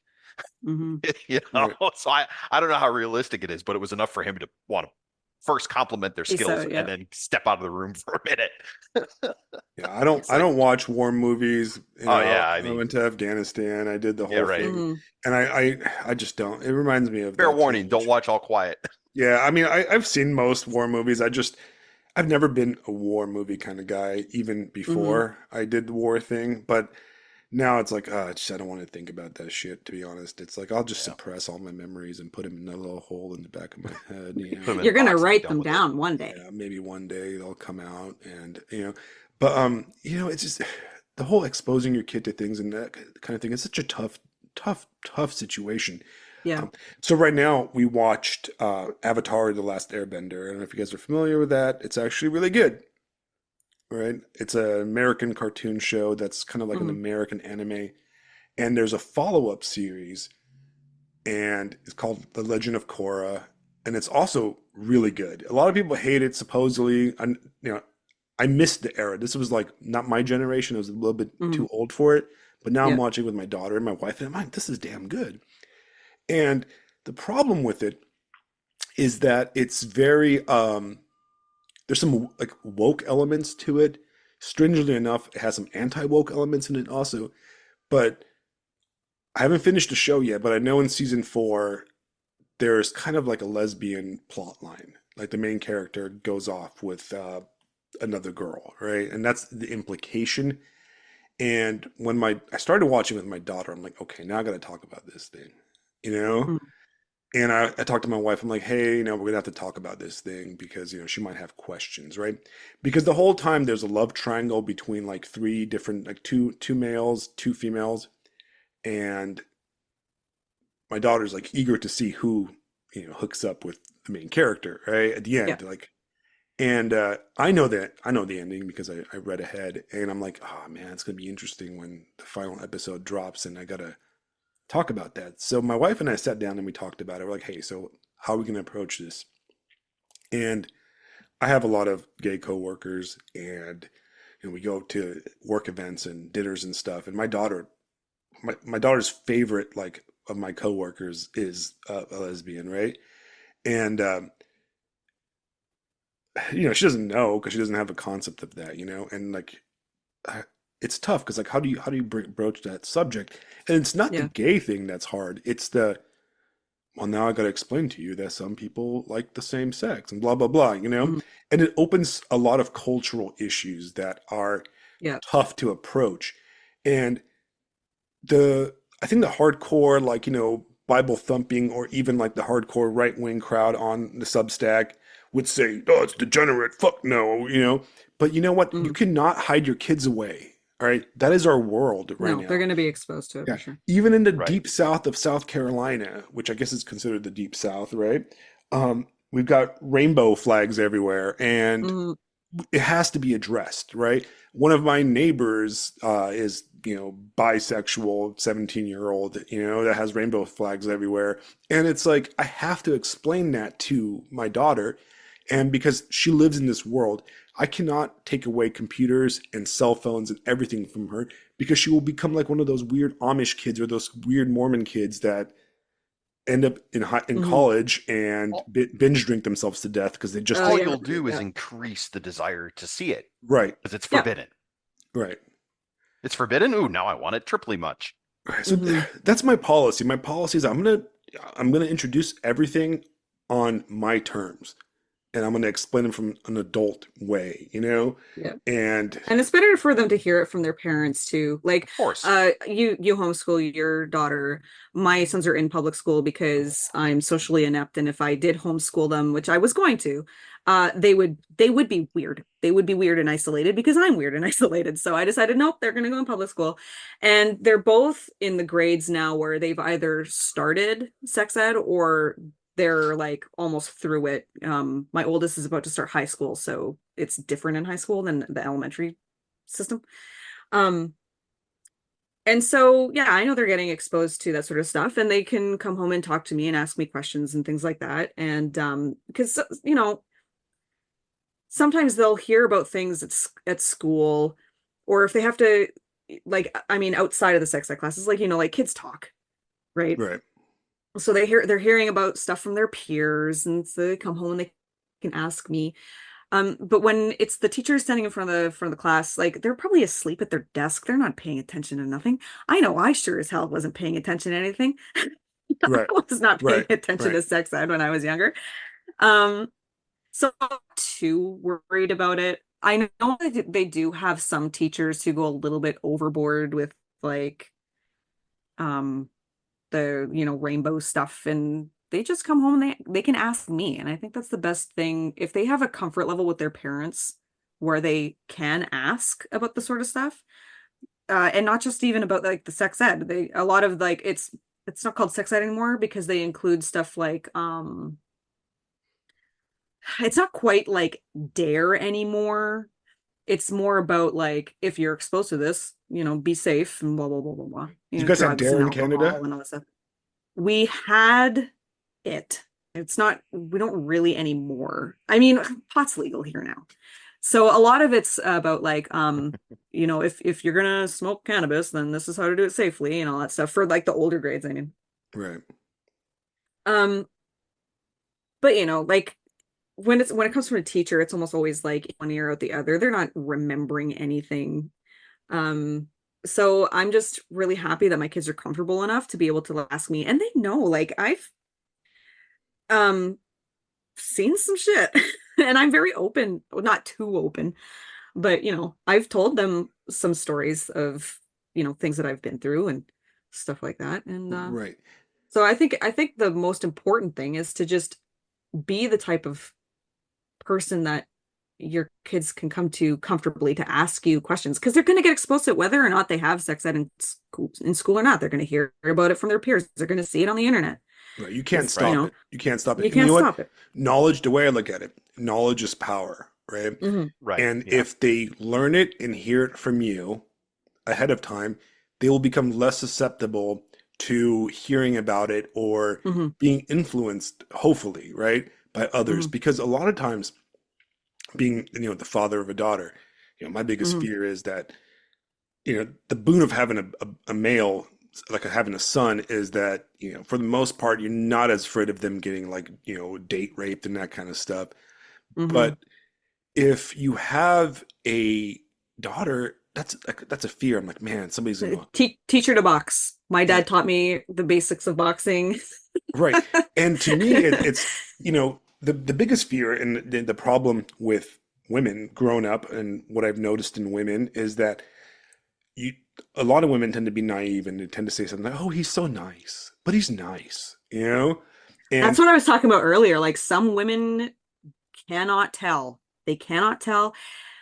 And so those are the type of women that the predatory men will will go go after after. exactly. So I would want my daughter to know exactly what sex Mhm. traffickers look like, or and Yeah. the fact that they can be one of the things that we drill into my daughter is that not every bad guy looks like a bum or a creep.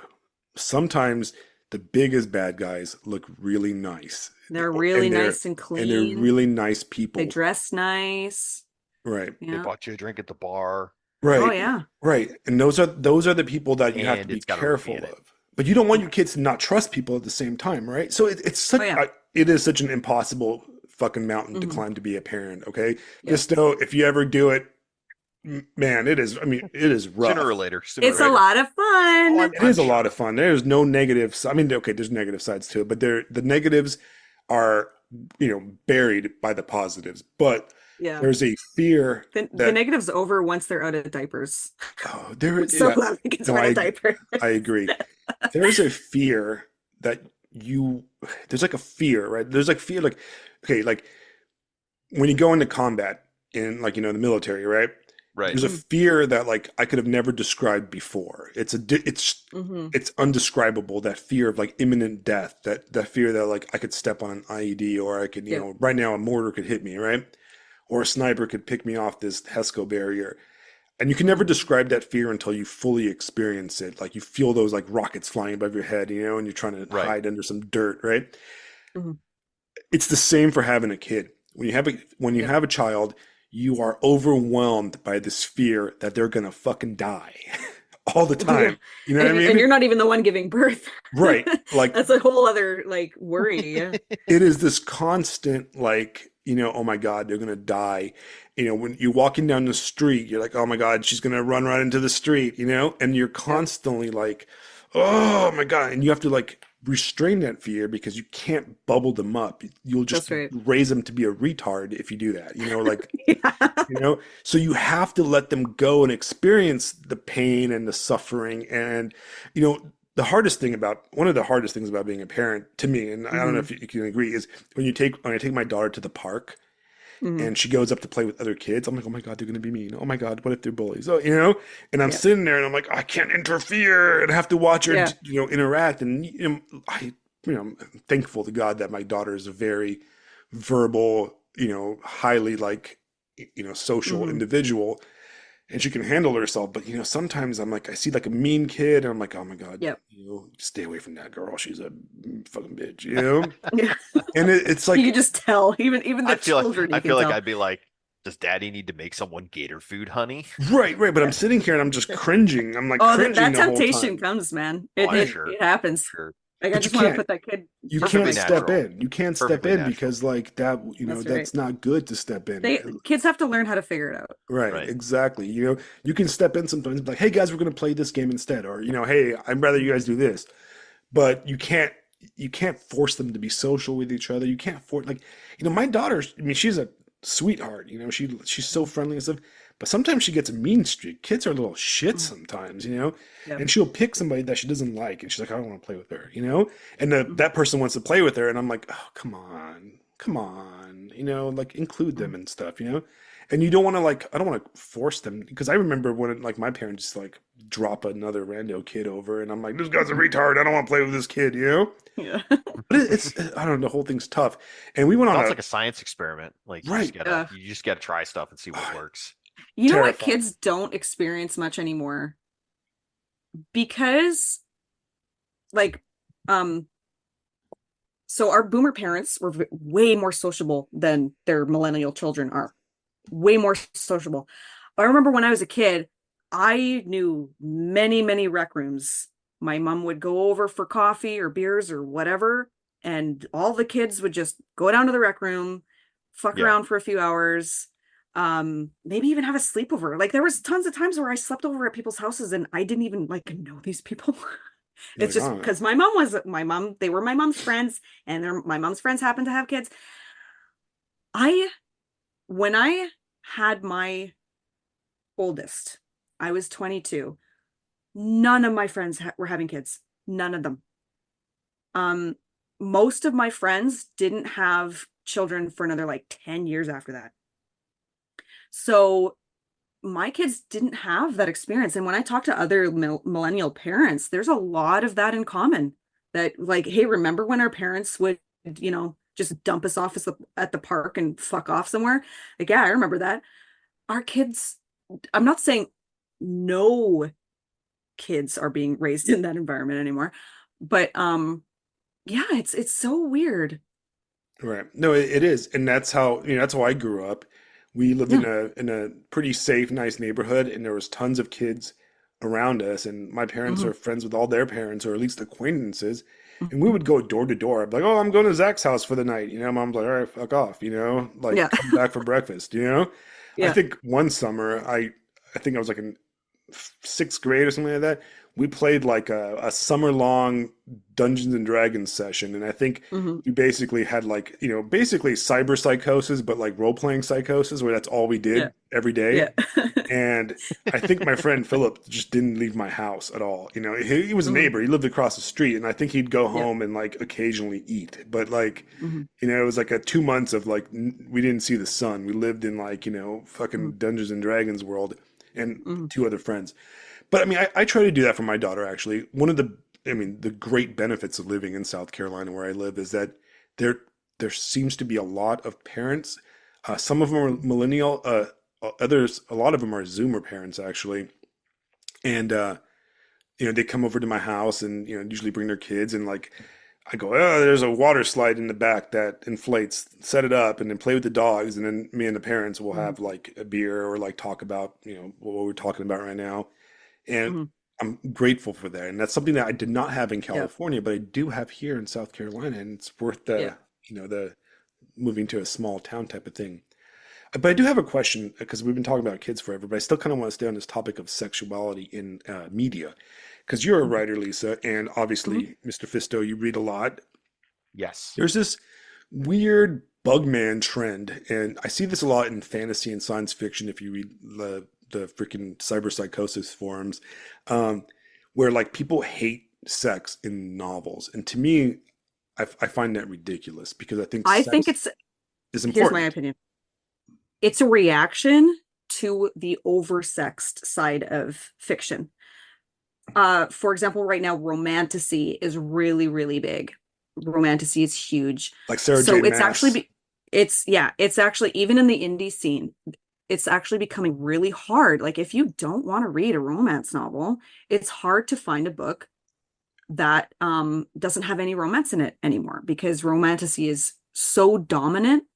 Now, I'm not saying that books without romance, like there's tons of books without romance that are being written, but they're getting buried in the algorithms, buried, buried, buried by all this like romantasy stuff and like and in sci-fi too. And yeah, so I think the people who are like, you know, no kissing books, it's kind of it's that knee-jerk reaction, like total they're getting so saturated with so much sexuality in their literature that they don't want to see it anymore. That's my theory anyway. I don't know if I'm right, Okay, but that's yeah. that's interesting. What do you think about And that like I topic? go ahead. Um, I'm not like in that. I'm not in that as much as you guys. So like I don't have much experience with it. Mhm. Um, I don't know. Can't. Well, what's interesting, right, is that Yeah, help me out here. if you watch modern movies, right, contemporary film Mhm. in the last Sure. decade or so, they're very asexual. You pop in one of those movies from the 80s and you're like, "Oh man, there's a lot of tits in this movie." You know? I mean, Yeah, Terminator 1, right? It has that great Mhm. sex scene in it. it's got full frontal with Yeah, Mr. yeah, it's got Schwarzenegger. Sarah Connor boobs and everything and like, Yeah. Yep. right? And it's a great scene that works in that horror kind of element. But 80s horror movies were very sexual. Yeah. And contemporary movies are very sterile. Same thing with television. Yeah, If that is true. That's true too. Yeah. If Yeah. there's nudity in a television show right now, it is male nudity. All right. Like Yeah. you had that recent show with the guy that's kind of like the talented Mr. Ripley, but it was what was that? When he like fucks the grave and it was like a big deal for like a minute. Mhm. What it was called. Either way, like you have tons of male full frontal nudity or butt nudity and very little female nudity, and it's interesting because it's kind of a flip. Or Mhm. when they do show sexuality, it's very asexual and sterile, and so it's not just books that I see that kind of reaction, and it's definitely in film too. I can't think of a So I think we're describing two different right, right, phenomena. So what you're describing is, in my opinion, we're in like another era of pearl clutching moralism, which is really lame and gross because mm, art Yeah. should be like, the reason why there's so much 80s nostalgia is because you were seeing movie makers taking risks like that. And risk taking is very passe right now because I mean, just look at all the everything's made by committee. Uh right, there's very, very few, at least at my theater, we don't get any like indie movies or anything like that. Our theater's pretty lame. So all you get are like Marvel movies and remakes and sequels. It's like uh and it's not like the old days when you had like one or two people writing a movie. You have like a whole team of people writing, and so right, it becomes so sterile, and you don't want to risk offending It's anybody. You're the just bureaucracy of art. Yeah, right, it's and so it It's all becomes done not by art, and committee decision. that's why those movies will be written by AI. Absolutely. Yeah. That's going to happen because it's already so sterile and by committee and just corporate and just gross. Those are the types of movies that will be written by AI if they aren't already. right, Um it's the underground movies that will always be safe because people are still going to want to see the more risky stuff. right. And It'll be harder to find. hopefully they still exist. And that's the fear is that like Yeah. those small budget, more underground Mhm. movies, like who's funding them? Like is there going to be money for them? Are Oh, what was I told? It was a bunch of F's. Family, friends, and fools. That's what it is. Family, friends, and fools will be funding your indie flick. in your indie book, That's right. right? I mean, Indie indie. I it's pay for kind of the everything out of my same own thing, pocket. I'm right? my own fool. Yeah, Yeah. I like and it's interesting because on some things I tend to be on the side of the more hardcore Christian right, I guess. And then on other things, Hmm. I push back, and with one of the things is like I do enjoy. I think that sexuality in media, in novels and in film is important because that's life. People have Yeah. sex, guys. All right, Yeah. it is not like secret, and so much of everything we do, like let's be honest, right? I don't know about you, but I feel like from the time I was like 15 to the time I was, I don't know, 41, that's all I thought about, right? By the way, I'm 41 right now. And it's like it is an all-consuming thing, and you do things because love, attraction, romance. Those things are fundamental issues that you have to address if you're going to write the truth, right? Hmm. Because I mean, what do you do? Why did you go to the bar in the first place? Probably to meet people. Why do Yeah. you want to meet people? Well, because you want to fuck them, right? You know what I mean? It's Hmm. one of those things, right? Yeah. And I think that yes, gratuitous sexuality, like in Game of Thrones, that's one that gets thrown around a lot. Oh my God, there's just Hmm. random sex for as a background thing, right? Yeah, Hmm. I can see that. I can see it being kind of useless, right? But a great example of sexuality that's used as part of the story is in like True Detective season one. You had a Hmm. lot of sexual scenes, but they're used to make you feel bad in a way. I Hmm. don't know if you guys have seen that show. I that's another one on my list of shame. I still haven't You, seen you that one. got to add that. How about you, Fist? Have you seen it? Uh, Same here. Same here. Okay, so I will spoil a little bit about it. Spoil away, spoil Okay, away. there's, in my opinion, the show is about corruption, right? And it's about how evil is ugly and corrupts you. Mhm. And there's a scene at the beginning of the season where the char okay, so the char one there's a a pair of detectives, and one of them is Matthew McConaughey, Russ Cole. He's this like nihilistic atheist, kind of like dark, kind of you know dreary kind of dude. And then Woody Harrelson's character, Marty Hart, is the exact opposite. He is the all-American Southern boy, football player, wife with two kids, mowing lawn kind of all-American cop, right? Well, Woody Harrelson's character is a philanderer, right? He is cheating on his wife, even though his wife is amazing, right? And he's just Mhm. a piece of shit. He can't help himself, right? Mhm. And that level of corruption is what leads, like, you could see that evil kind of sweep into his life and destroy everything, and you see it as a bigger part of the evil picture. But there's this great scene where at the beginning of the season they go to this like swamp billy, like trailer park horror camp in the middle of Mhm. like the swamp, right, in Louisiana.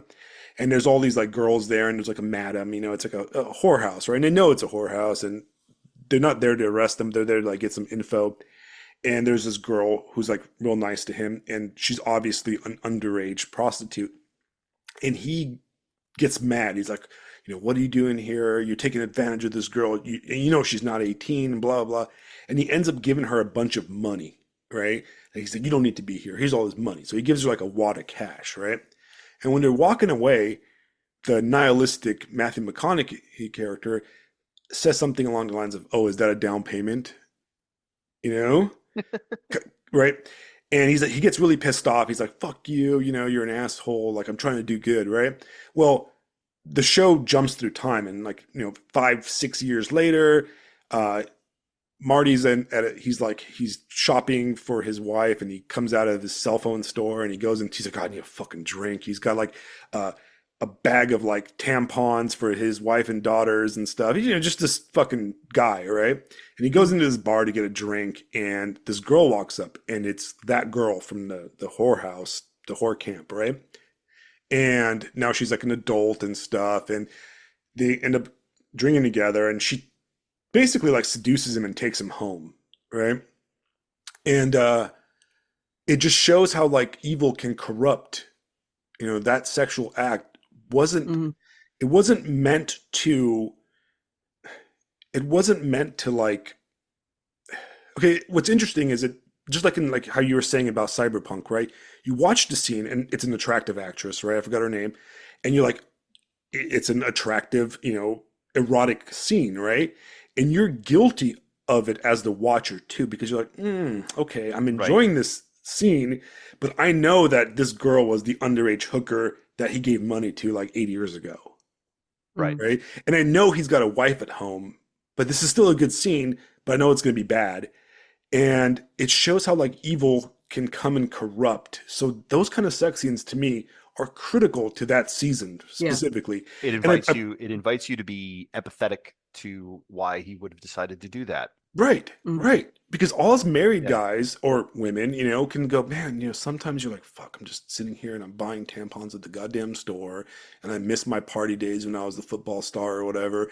And here comes this Mhm. fucking hot girl, and you're like, should I go? And it's hard. And the whole like kind of the whole season is about this kind of insidiousness because one thing that a lot of television or novels do is they tend to make evil attractive, and you see that in our debate from last, from And Substack. sometimes intentionally and sometimes not intentionally. And that's up to like because of, reader interpretation. Like two totally different people can read the same text and pull completely different conclusions out of it. And that's what I find fascinating about fiction. Right. And there's this idea that evil is kind of like Eyes Wide Shut. All right. And you look at Eyes Wide Mm, Shut and you're like, I don't know, I'm sure you guys have seen that movie or seen, mm, scenes of it. And that's kind of sexy. That's a sexy evil, right? You got all those girls with the masks and Tom Cruise and Nicole Kidman, and it's a damn sexy movie, right? But that movie's about Harvey Weinstein's and fucking what's his name, Epstein's, right? And Yeah. there's a disgusting darkness to it, but that movie doesn't do a good job of showing the disgusting part of it, you know? Because in reality, it's like evil's gross. It's kind of how like Hmm. it's kind of how like open relationships are always portrayed as like those thruples or whatever. They're always kind of This might sexy on. actually help. This'll do it. This'll Right, fix they're all always this. kind of sexy on TV. Yeah. They're kind of Yeah. sexy on TV and like on like In practice, however. right. But in Yeah, right. practice, however, it's always the Meanwhile, most in reality, disgusting, Yeah. fucking degenerate people, and it's miserable, and they're lying to themselves. And everybody I've known that's been into that kind of stuff has been a just disgusting human being all around. Like physically and mentally and everything. I don't know a single open relationship couple where both of them are in agreement. It's always one person coping while Right. the other person's going out and doing whatever they want. Right. It's always Yeah. like that. I mean, I'm sure there's one. Okay, now we're gonna get the hate mail. I'm sorry. Yeah. I'm sure that yeah, your this'll be what we get the hate mail over. yeah. This Yeah. I'm right here. sorry that your like open quadruple relationship is different. Yeah. But from experience, every single one of like I'll tell you a quick story. I walked into an orgy, right? And it was in Spiciest LA. Oh, exit really? yet. A friend of mine like was like, "Oh, let's go visit our friend," and we went there, and they're having this big orgy party in LA, right? And you think like when you hear like, "Oh yeah, big old orgies is pretty hot and stuff." No, it wasn't. It was gross. Like everybody was ugly as shit, and like the people that Yeah. used to do that the people that go to those kind of things are just kind of gross all around. I had a kind of a rejection of pornography, and it never my rejection of pornography has been like almost a lifelong since I was in my early 20s, right? Because I used to be like a shit lib. I used to have like, oh yeah, whatever, sex is free, do whatever you want, right? And I had a friend, I wouldn't even say a friend, an acquaintance that worked in the porn industry in California. And he was like a grip or light guy or some shit like that. Either way, so he invited me to this party, and I went to this party, and there's all these like porn people there, like porn star women. And going there, I was like, this is gonna be cool. I'm gonna meet some porn stars, whatever, right? And it wasn't. It was really weird, and everybody was really gross and drugged out. And it was like they Yeah. had like you look in their eyes and they have no soul. And the guys were really gross and scummy, and then like the women were just I like it made me like at my most shitlib atheist point in my life, I was like, yeah, I hate this stuff. I can never watch porn ever again now that I met people in porn. And I think It's that's fun. It's funny because you're getting back to like the fantasy versus reality right. discussion. Like Mm. I've met one porn star in my life, and it was when I was working for Enterprise Rent-A-Car at the Columbus Nice. Airport. Yeah, working at the airport branch of Enterprise Rent-A-Car, and apparently this woman was, all the guys were like losing their head, and I'm like, I don't know, I didn't recognize her anyway. Mm. So, but like everything you just described, yeah, just like. I shook her hand, like went over the contract, and it was like, "There's nobody fucking home." Right. Not Like, there. what?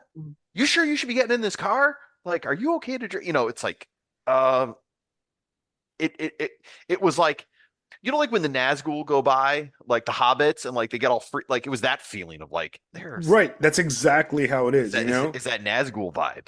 Right. Like this is not what I expected. Right. It's like I mean, when a whatever, ghost goes yeah. through your body and you feel a chill. You're like, oh my God, there's a complete lack of soul here. There's deadness in here that you know what it was, and I'm joking, and this is actually serious, is that a lot of these people have severe drug addictions, and they have drug addictions because they're fucked up. And Yeah. they use drugs to numb themselves, and it's not even like a secret that 90% of these people are completely drugged out of their fucking mind when they make these Yeah. movies. And I mean, I know that because my friend's want my acquaintance job. I don't want to be friends with somebody like that, to be honest. But my It's my your best friend. Don't lie. yeah, I haven't talked to him in over a decade now. But A dude you knew. yeah, a dude I knew, and he would brag about how his job was to go bring drugs to these girls and pick them up and drive them Hmm. to like the scenes, right? And the way they make porn, I don't know if you guys know this. I'm sure you do.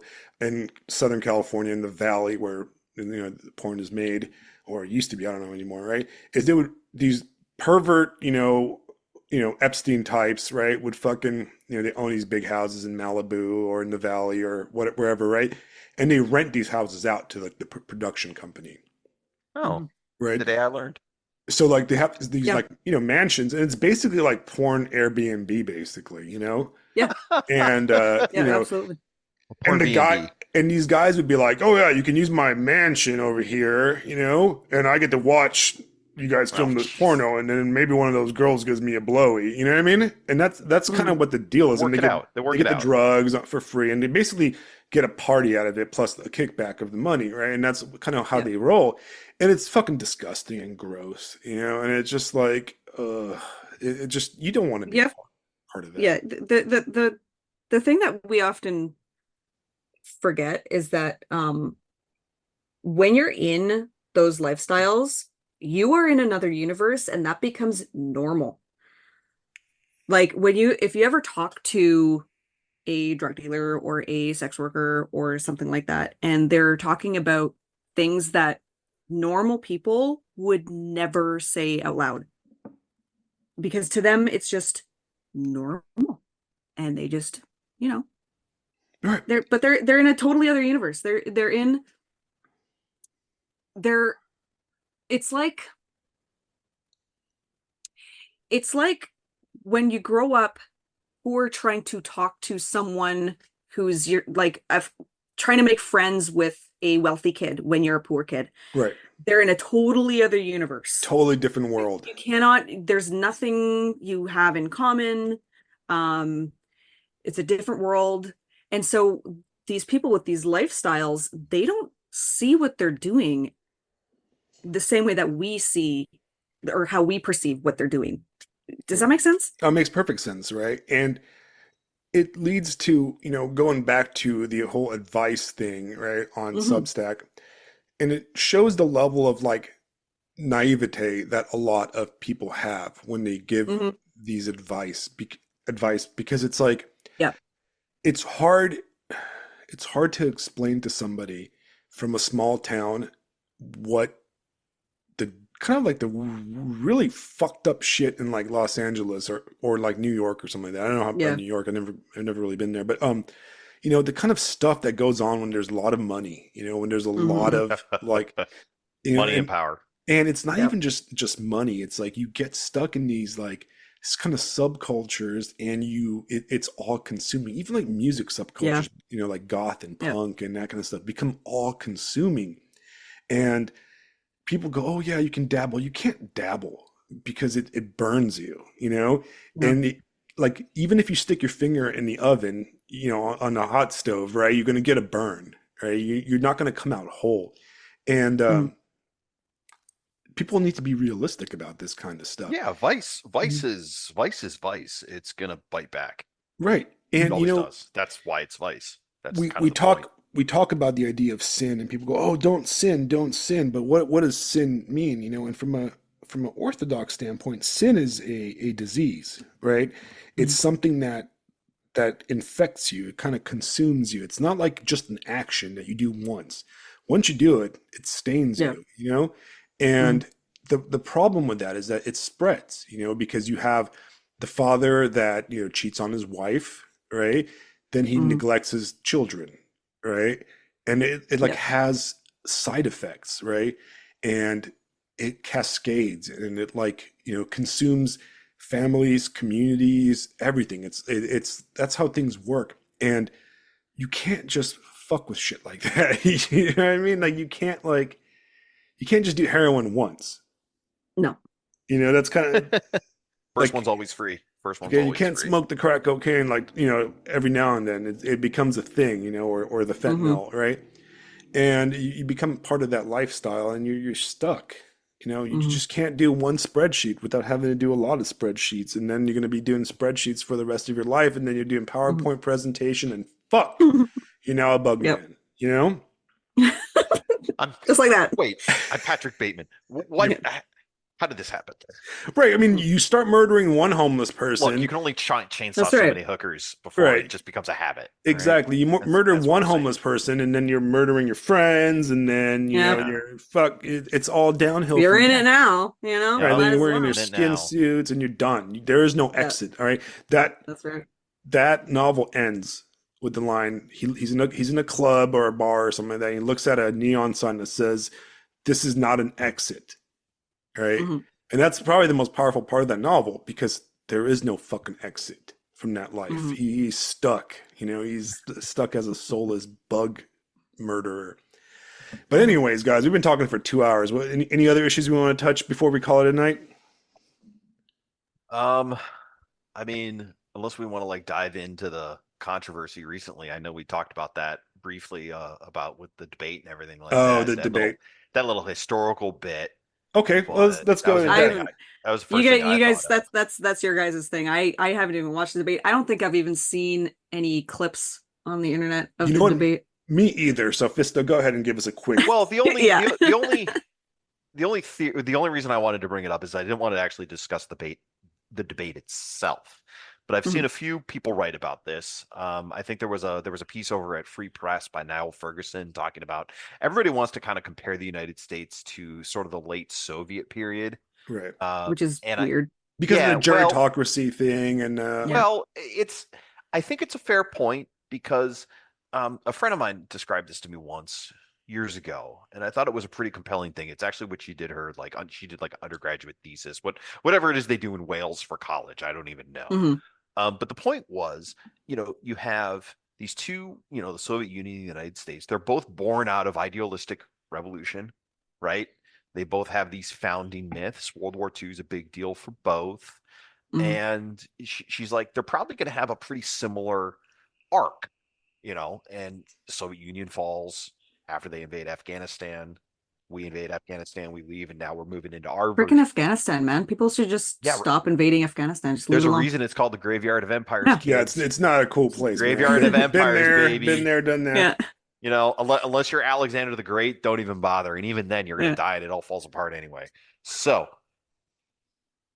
point though is that like you have this bloated bureaucracy, you have these old, just everybody's old and doesn't know what they're doing anymore, and it's kind of just running on autopilot. The Leviathan's on cruise control. Hmm. You know what I mean? And the thing we need to be watching for, the thing we need to be looking out for is like what's going to be the Chernobyl. And if folks aren't familiar, obviously everybody's heard of the Chernobyl nuclear accident in Ukraine back Yeah. in, 1987 or whatever the hell it was. 86. Yeah. But that 86. disaster is so utterly fantastic, not because of the nuclear aspect, but because of just it was a complete bureaucratic failure. And it was, Yeah. like I said, things were on autopilot, and then it literally blows the hell up. And the Mhm. bureaucracy is more concerned with appearances than actually doing anything about the issue itself. Look at the Well, I debate. don't know. I Everybody's saw worried an about $8 Canadian for a brick of butter at Walmart the yeah, other day. yeah, right, yeah. I But remember. inflation's not a problem. So No, it's it's just fine. it's not a No, thing. it's your Everything's fine. perception of it. Fake Yeah. news, That's man. the Yeah, Fake problem. news. I'm remembering prices wrong. Yeah. I'm remembering sizes of products wrong. That's Oh, what my dude, fucking problem is. I bought a thing of cheese today or the Oh other my day. gosh. Yeah, right. Luxury Like, cheese. right, just a brick, and I can visually see how it's smaller now. And Yeah. I'm like, I know that's smaller. I know my memory. Mhm. That is shrunk since I was. But no, it's my perception of it. And I mean, And at it the was end of the day, I don't need to eat that much cheese anyway, so it's not that big of a deal. Right. well, But it's just little things like that. You don't need to eat that here's what much pisses food me off though. anyways. Yeah, right. Look, you don't need to live that long. You only need Yeah. one kid, not two. I mean, you Mhm. can get Right. rid of No. one. You've had your 42 years. Let's Logan's run this thing, okay? It's fine. Suicide pod. Uh-huh. Let's go. Yeah, absolutely. Look, like Futurama. Just Yeah, walk in there and fucking account kill yourself. terminated. Yeah. Look, well, no, Futurama's perfect. You don't need that much body. We'll just put your head in a jar and it's fine. That's right. Yeah. Your Yeah. corporate privileges have been revoked, deleted. Yeah. Well, I was just talking with my husband yesterday. We were sitting outside the grocery store because I didn't want to go in. He didn't want to go in. Eventually, I just went in. So we're sitting outside and we're just bullshitting about groceries. Weirdly, like I'm watching people leave the grocery store. And yesterday was Canada Day, so it was like the only grocery store that was open. And I'm just looking at like their purchases.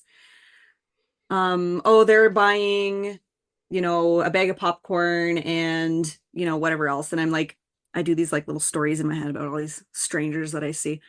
But then we started talking about if I were like, what am I going to make? So, it was a beautiful day yesterday. It was Canada Day. Let's grill something. But I go in there and I'm looking at the prices of beef. I ended up Hmm. getting pork chops because the beef was so expensive. And in my area, there's a lot of cattle here and to the west. So our beef prices used to be cheaper than in Southern Ontario, like Toronto. I remember talking with a friend of mine who was living in Toronto, and this was 10 years ago, and they were paying almost twice as much for beef that I was here. And you have to understand, like, I'm in an area where groceries have always been more expensive than in Southern Ontario. We don't have like greenhouse facilities here. Our growing season's really short. So all of our fresh produce has always been more expensive. Hmm. Um, and when I saw the fucking prices of beef, it's like, when are we fucking getting the guillotines out? Because like, what are they what are they trying to do with the price of beef? They're trying, and then you get your like tinfoil hat on. Like, is this the way they're going to get us to eat the bugs by making beef so obscenely expensive that like Right. our only protein source is going to be fucking crickets? Like, tinfoil time, Right. I'm gonna eat the cockroach milk. Yeah. Shit. No thanks. Milk some I think I turtles. think I think it'll be more like in the Soviet Union where you literally are just running out of food. Like Yeah. that'll be when it's Yeah. like, okay, now you should probably eat the bugs because there's no beef to be bought. Yeah. I ate Beef is not a thing anymore. I ate a cricket power bar once and it made me like throw up. I bought it like at Whole Foods and I was just curious. I'm like, let me try this Oh well, cricket there's your mistake protein. right there. Well, Right. there's a protein in it, and we haven't, I don't think it's been on the market long enough to really know, but like allergies, if you're allergic to almonds or shrimp or whatever you're allergic to, it's the proteins in the shell of the almonds, if I'm remembering this right. So some people with an almond allergy can cook the proteins away and then they can eat them. If there's somebody listening who is an expert on nutrition and allergies and stuff, I'm probably getting this wrong, but that, as far as I understand, a lot of the allergies come from proteins. So, Some when cricket protein. if yeah, so I remember reading once that there's that cricket protein is triggering a similar type of allergy to people who have shellfish allergies. I think, I don't quote me on this, I'm probably wrong, but it was something that's similar to an allergy like that. But we just don't have enough data on it because it hasn't been on the market long enough. Yeah, So, I mean, it's disgusting. mhm. I mean, okay, listen, eating lobster is kind of disgusting too when you look at lobsters, right? And they Well, I mean, taste those are good, basically giant bugs. right? They're I mean, basically Very bugs. tasty giant bugs. they're pretty disgusting looking. They do I have a taste good. thought. I have a thought I want to hit you guys with because I think part Sure. of this is what we're describing. I think people underestimate how long we have to go on this whole decline thing. I mean, a lot of people Hmm. act like it's going to be next week. Like, oh, Right. It's not. and Constantine has fallen. Yeah. Constantinople has fallen. It's any day now. And it's like I remember, do you guys remember the story about Nikita Khrushchev like coming to the United States and visiting the grocery stores and like Hmm. he didn't believe that they were that full and that there Right. could be that much food and that Yeah. much wealth just Hmm. available to everyday people. You know what I mean? Yep. So like we have so far to go. And I'm Hmm. wondering to myself, the thing with Chernobyl is like it was the moment where where the rest of the world knew without a doubt, okay, the Soviet Union's fucked. Holy shit. Yep. This is really bad. And I'm not wondering if that's going to be Biden's presidency for the rest. I mean, a lot of people are going to be yelling at me going, oh, Oh, Fisto, haven't you been paying attention? Well, no, no, no, no. I've been paying attention. A lot of people have been paying attention, but now like it is irrefutable to the vast majority of the billions across the world. That's what I mean.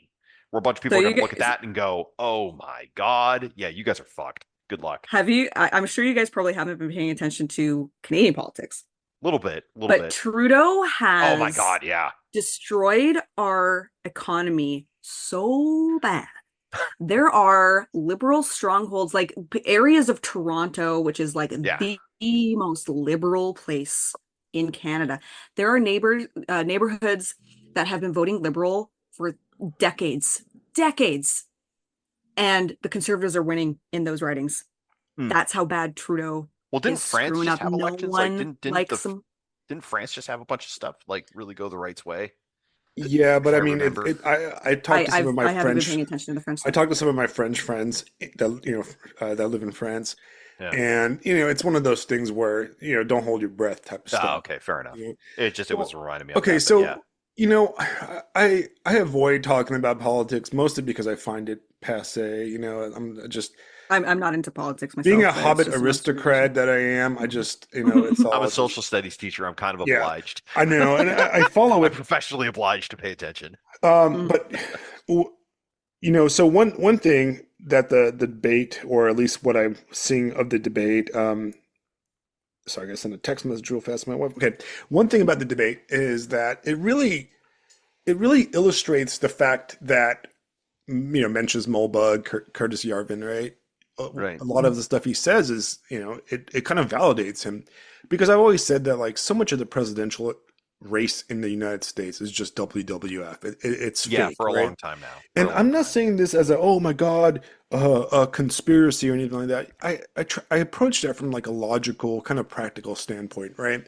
And the way I look at it is I imagine myself as a 21-year-old in working at Best Buy or another like superstore, right? And as a 21-year-old, I knew how to like sell cameras or I don't know, computers or whatever, right?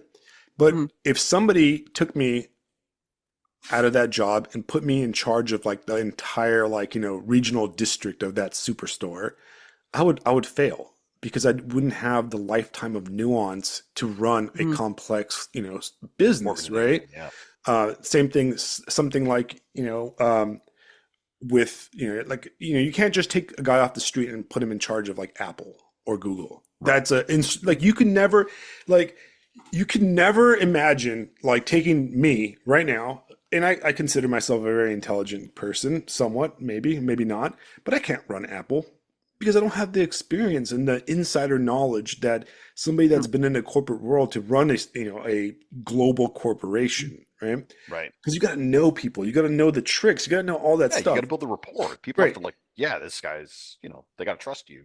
But we live in a country where we take a reality TV star and put him in charge of the world's greatest historical empire of all time, Mhm. In right? charge, quote That unquote. the Yeah. Yep. entire global economy is based on. Do you really fucking think that that dude is really in charge?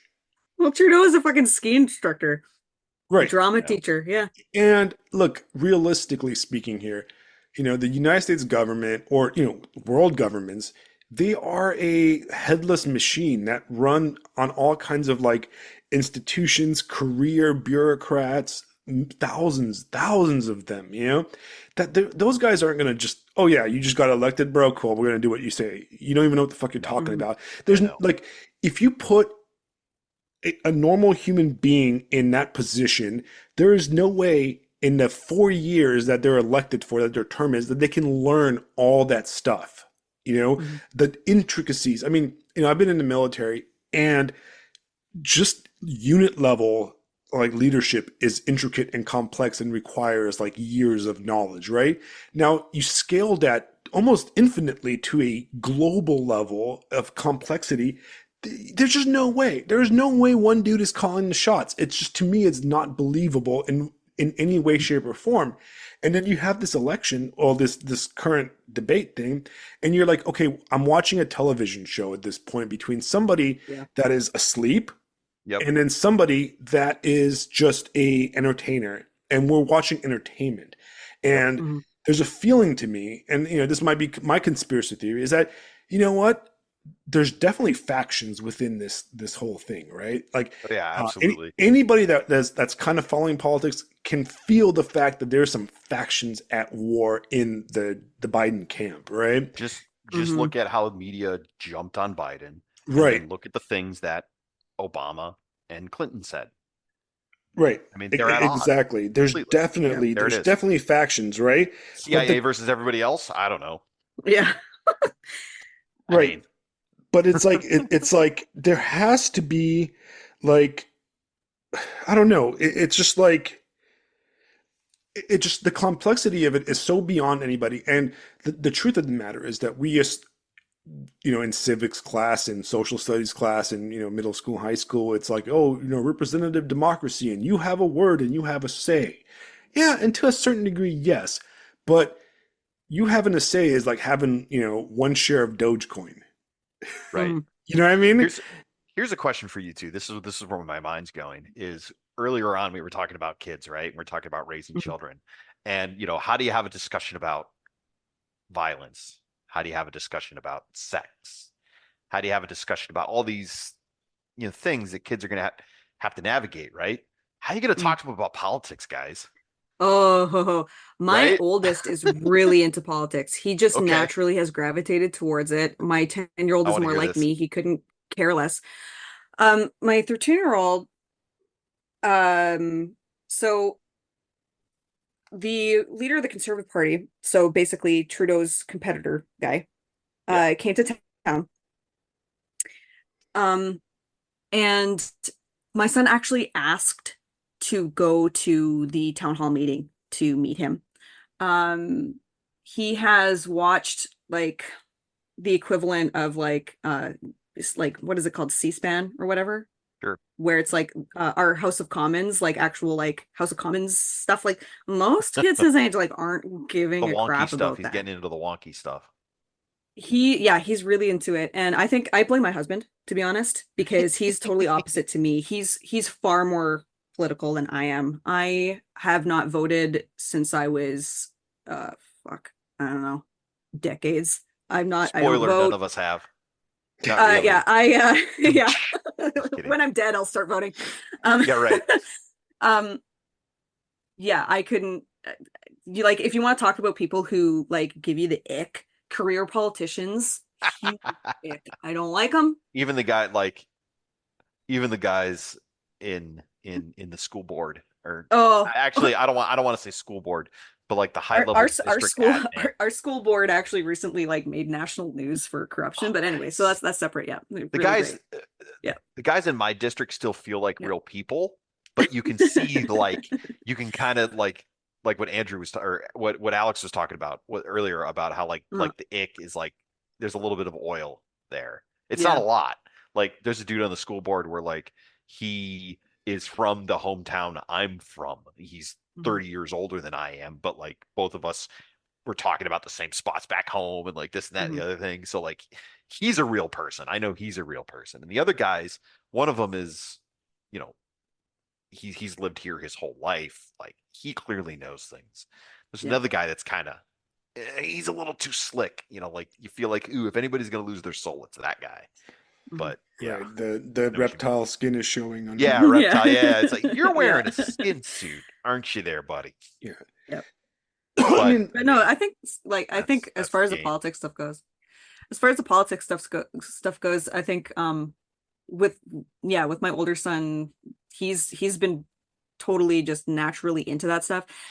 He's always been into languages and geography and what do they call that? Vexillology, like flags. So he's always been kind of interested in things that would just naturally lead to being interested in politics. Mhm. So I've never really had to broach the subject of that with him, other than he knows that I like he's asked me like, "Oh, mom, what if I ran for prime minister?" I'm like, I still wouldn't vote for you.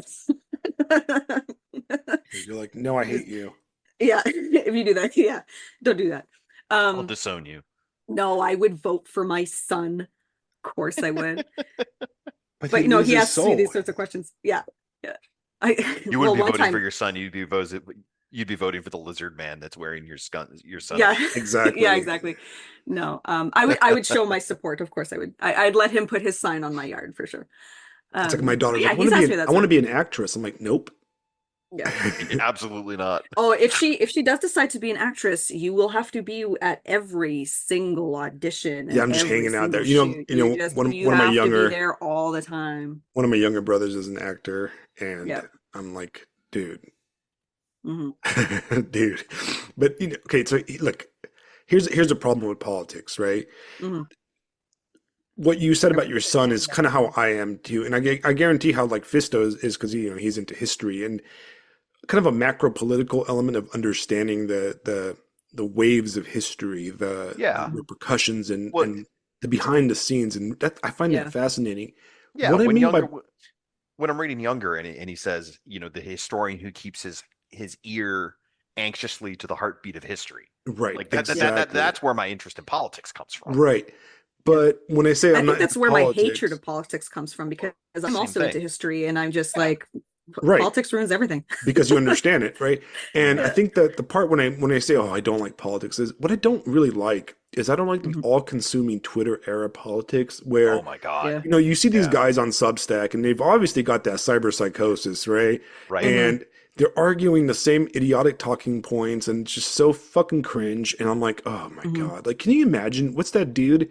And it's on the left and the right too. It's everywhere. Yeah, Yeah. it's so embarrassing and it hurts. And I'm just like, I don't even want to hear about that. And then even if it's like an issue you do care about, you get online and you get fucking angry. You're like, oh, I'm getting mad. And I'm like, then you stop and you go, wait a second. Touch grass. Yeah. This doesn't matter. The sun Yeah. is shining outside. I'm gonna go play with my dog. And like, Hmm. no matter like, let's be honest here, right? Whoever wins the election, shit's gonna be exactly the same as it was the day before. Because it was For the most exactly the part. Yep. same as it was the day before. And it's always been exactly the same. And shit kind of Hmm. waves in each direction, but it's all kind of the same. You know what I mean? Yeah. And for the most part, it's just it's a distraction to me. It's like Hmm. you're focusing on the wrong stuff, and I Yeah. just can't see myself being one of those cringe ass dudes driving around with the giant Trump flag in the back. But actually, I do have a question to Fisto because he's an American. He living in the Yes. American land. America. He living in America's penis, right? Uh, Yes. what I've noticed about this election, with the rare exception of the psychopaths online a little bit, is nobody's really talking about it. And Yeah. growing up, I came of age in the Barack Obama era, and that was Hmm. everybody talked like that was we'd sit around the coffee shop and talk about Obama. And I Hmm. remember seeing Obama's speech to Congress when he was a senator, like years before he even ran for president. And I knew I'm like, dude, this guy's gonna become president. I knew it, like I had a feeling, right? And I called it like years ahead. And I remember there was huge conversations about the Obama Clinton campaign. And then everybody talked about the whole John McCain era. And then I remember like a lot of commentary around when Obama versus Mitt Romney and then the whole Bush era. And then, tons of commentary in the 2016, obviously, basically the internet interest in politics was born out of the Trump campaign. And, Hmm. well, like the right wing internet came to Yeah. life The around then. Hmm. quickening of it. Right. And everybody talked about it. And I would talk about things with my coworkers. If somebody would bring up a Trump thing or a Hillary Clinton thing. And the memes like went from, not just the mentally ill cyber psychotics online, but into the normie world. And we had conversations. And I will tell you right now, this election season, we are pretty well into the primaries, right? I Nobody's talking about it. It is like it's not happening. I feel like some people are just they're like, I don't know, it's just something. I could probably grab somebody off the street and right now they wouldn't be, they don't even know the debate went on. Matter of fact, my wife had no idea there was a debate, and neither did my Yeah. coworker. And I'm not talking about, a moronic chud or anything like that. I'm talking about like, you know, college educated, professional. They're like, oh, I didn't even follow it. And that's from both my liberal friends and my more conservative friends. So there's definitely a feeling of like nobody cares at this point, kind of like giving up on the whole process. Do you feel that at all? There's Or a lot. There's so much apathy. There's so much. I I'm mean, I was already yeah. apathetic, but I've been even noticing from a lot of people. There's a lot of, at least up here, it's almost like they don't want to admit that they were wrong for supporting the liberals, so they've just given up. Like that's the vibe I get. I don't know. I could be Uh, wrong. I'd say the vibe might be maybe resignation. right, Yeah. that's what it feels like. It's a depression kind of vibe. Yeah. Yeah. I mean, in my town here, like I'm in a rural town, it's very solidly red. Hmm. I cannot think of anyone that has national election signs up. There are some local things going on this No. year, stuff like property appraiser, tax collector, basic Yeah. county level shit. Hmm. But I don't see any signs nationally. Maybe a car here or there that's got like some old Trump stickers on it and stuff like that. But I think a lot of people are just feeling defeated. if you weren't on the internet, you might not know there was a national election going on. Right, Yeah. That's right. my feeling. That's And exactly how I feel. the only places I've ever had conversation about it is at school with other social studies teachers, and that's because it's in our professional wheelhouse. So like we should be paying attention at least a little bit, right? Mhm. I overheard one conversation about the Ukraine war at the coffee shop we frequent, but that wasn't even in the context of the presidential election. It was just the guy was just talking about it, and was having a conversation with his wife about it, but like they didn't tie it back to the election or anything, Right. Mhm. which I thought was interesting. Now that Well, I think about Ukraine's it. a little bit more of a hot button topic up here because, uh, um, at least Western Canada, there's a lot of Ukrainian descent. Ah, So it's like I'm in if you Southwest drive Florida. around, yeah, if you Yeah, drive around my town, you'll see Ukrainian flags all over the place. yeah. Now we don't have anything So like there, that down here. it's more of a topic up here, but Yeah, fair Right. enough. It might as well not be happening in South Mhm. Carolina. Nobody's even heard of Yeah, it. And yeah. same thing with the Israel Gaza thing. I haven't seen one conversation or heard anything about it. It's if we didn't have the internet, we would be Mhm. completely like Is you that know is that where all of it's happening? Is that where all the discussion's happening? So nobody's having it in right. the real Maybe world? it's something that like we get our fix on the internet on a Well, stack. speaking of different universes, Yeah, right? Like the internet is virtual versus basically our reality. crack, you know? For a lot Right. of Yeah, people, the internet is their drug dealer culture. It's Right. like people who are terminally online, they're in another universe. Again, they're not part of reality. And that's like if I were to give young people any advice at all, it's to get the fuck off the internet. Like Yeah. Go go go walk around, hike. talk yeah. to people. Throw Go your on a phone in the hike or trash. something, man. Do Like something. I think I posted on notes the other day, like I've had people ask advice on like realistic dialogue. It's like fucking go talk to people. Just you don't even have to talk to a person. Just go to a coffee shop. Go to the fucking grocery store and just eavesdrop on how people Yeah. talk. But people aren't doing that. Right. Nobody talks to people face to Right. face. And And like I'm an introvert, and so if I'm the one saying go outside, there's a look, problem. guys, listen to Lisa. Advice: go outside after Yeah, listening to this podcast, that's right. liking and Yes, listen to subscribing. or you can even Listen to listen the 75-hour podcast we as just you're did, and going then on a go jog. outside. Yes, Right. and then go Yeah, outside. Right. Then listen. But I mean, yeah. you brought up the Soviet Union, the end stages of the Soviet Union, and one of the reasons people compare it is because of the gerontocracy. The Soviet Union became fossilized. It became, a run by a group of old, people in their 80s, and they had complete lack of vitalism, and they were completely sclerotic. Yeah, And yeah, I guess you can say that. I mean, stagnation. right. But one of the things that's interesting, at least what I gather from my family that grew up in Eastern Europe, is the same thing. It's that there's a lack of everybody knew it was shit, right? Like you read literature from that era, and no, there was no true believers in Romanian communism at that time, right? Yeah, There was opportunists that were they were all using it. gone. They were all dead. Right. There was opportunists that were using it as profit, like because they were on the inside party. There were the some animals are better than others crowd, the securitate and those kind of people um, Mm. that benefited from the government and the oppression of it.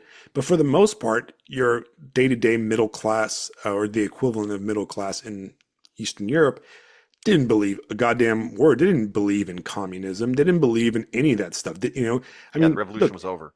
Ceausescu had Mhm. elections, right? nobody believed that this dude was having elections, right? And he was getting 100% of the vote, right? Hmm. Right. Like there was no, Just going along with it. right. People just fucking didn't give a shit, right? It was like, whatever, man. Because ultimately the sun's out and I'm going to go drink a beer with my buddies, and that type of thing. Hmm. And life is life. Fuck them, right? And you kind of Yeah, joke about it. And I feel like maybe that's where we're getting to. We're getting to the point where like I think so. the illusion of this like that we actually do have some sort of control over this Yeah. massive behemoth of the cathedral, to quote Yarvin, right?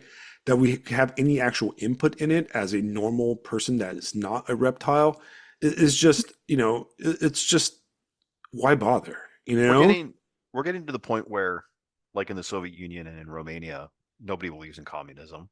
right? Well, for America, that's nobody believes in the Constitution. Nobody believes in the Bill of Rights. Nobody believes in the American Revolution. I mean, this is where the comparison to Soviet Russia and liberal democratic Hmm. America really really works, because they both have those revolutionary myths that brought forth this glorious new experiment. And now, especially after the most recent debate, tons of people are finally accepting the fact that they've known for a while it's been bullshit for decades. Hmm. Well, Right. like it reminds me of like the Oof. George Carlin bit. Yeah, it's a big They're club all and you they're ain't all in in it. a. That's right. Yeah, that's our. Yep. Right. Well, I think you said it on Substack. It's like, oh, since how are they been hiding everything for us for so long? Or like, how are they hiding it now? It's like actually, it's the exact opposite, right? They're actually failing at hiding it. It is a Right. Mhm. failure of power Yep. that what the fact that we're seeing uh, a TV host and a senile grandpa, right? And I don't even like to say that. That sounds like mean, but we're seeing somebody that's cognitively impaired, at least on television, right?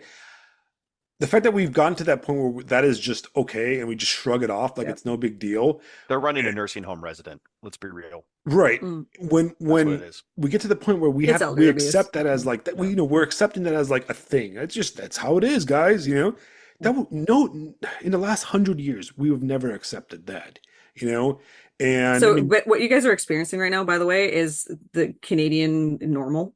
We've Mhm. Canada is a nation of depressive apathetics when it comes to politics, which I think is coming from someone who hates politics.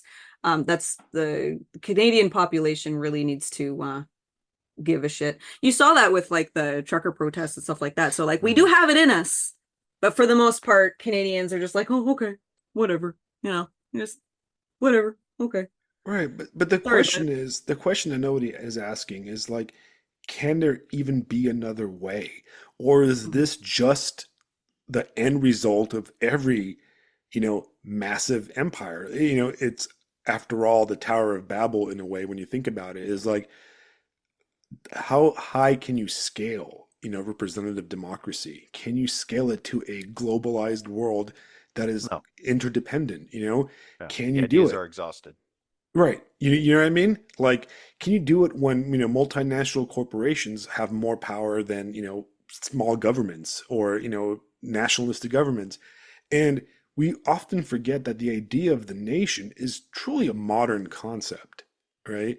Mhm. The idea of the nation as a political entity really is a 19th century idea or late 18th century.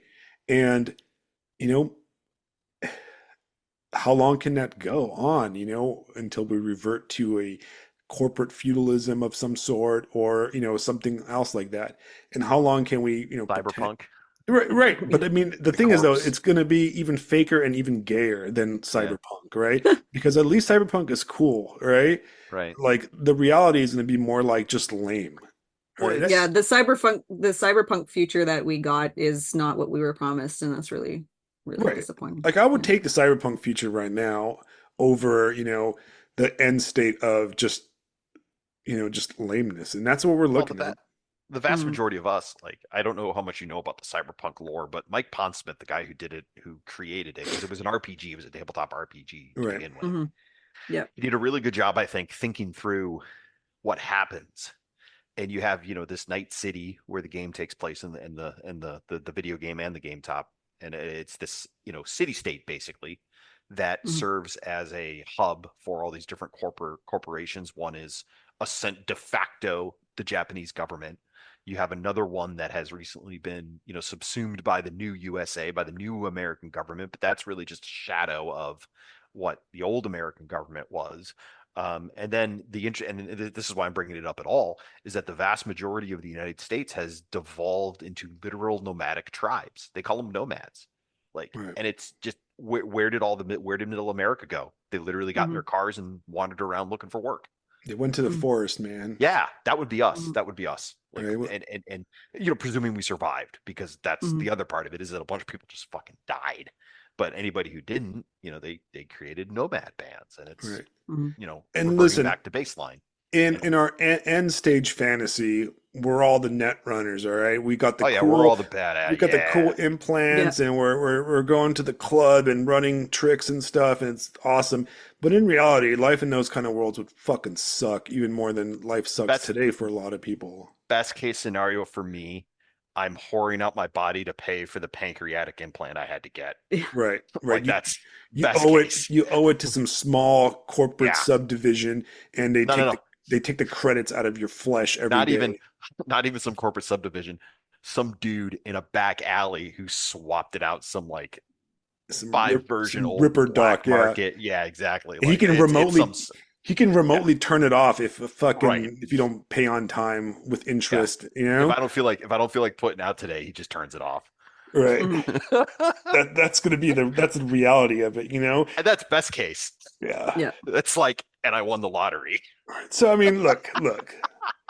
This is a pessimism podcast, okay? All right, Yeah. we are heading straight towards the fucking cyberpunk future. All right, I'm probably gonna upload my consciousness into the AI, but the guy that's doing the uploading is gonna drop it or something like that, and I'm gonna get deleted or something stupid like that.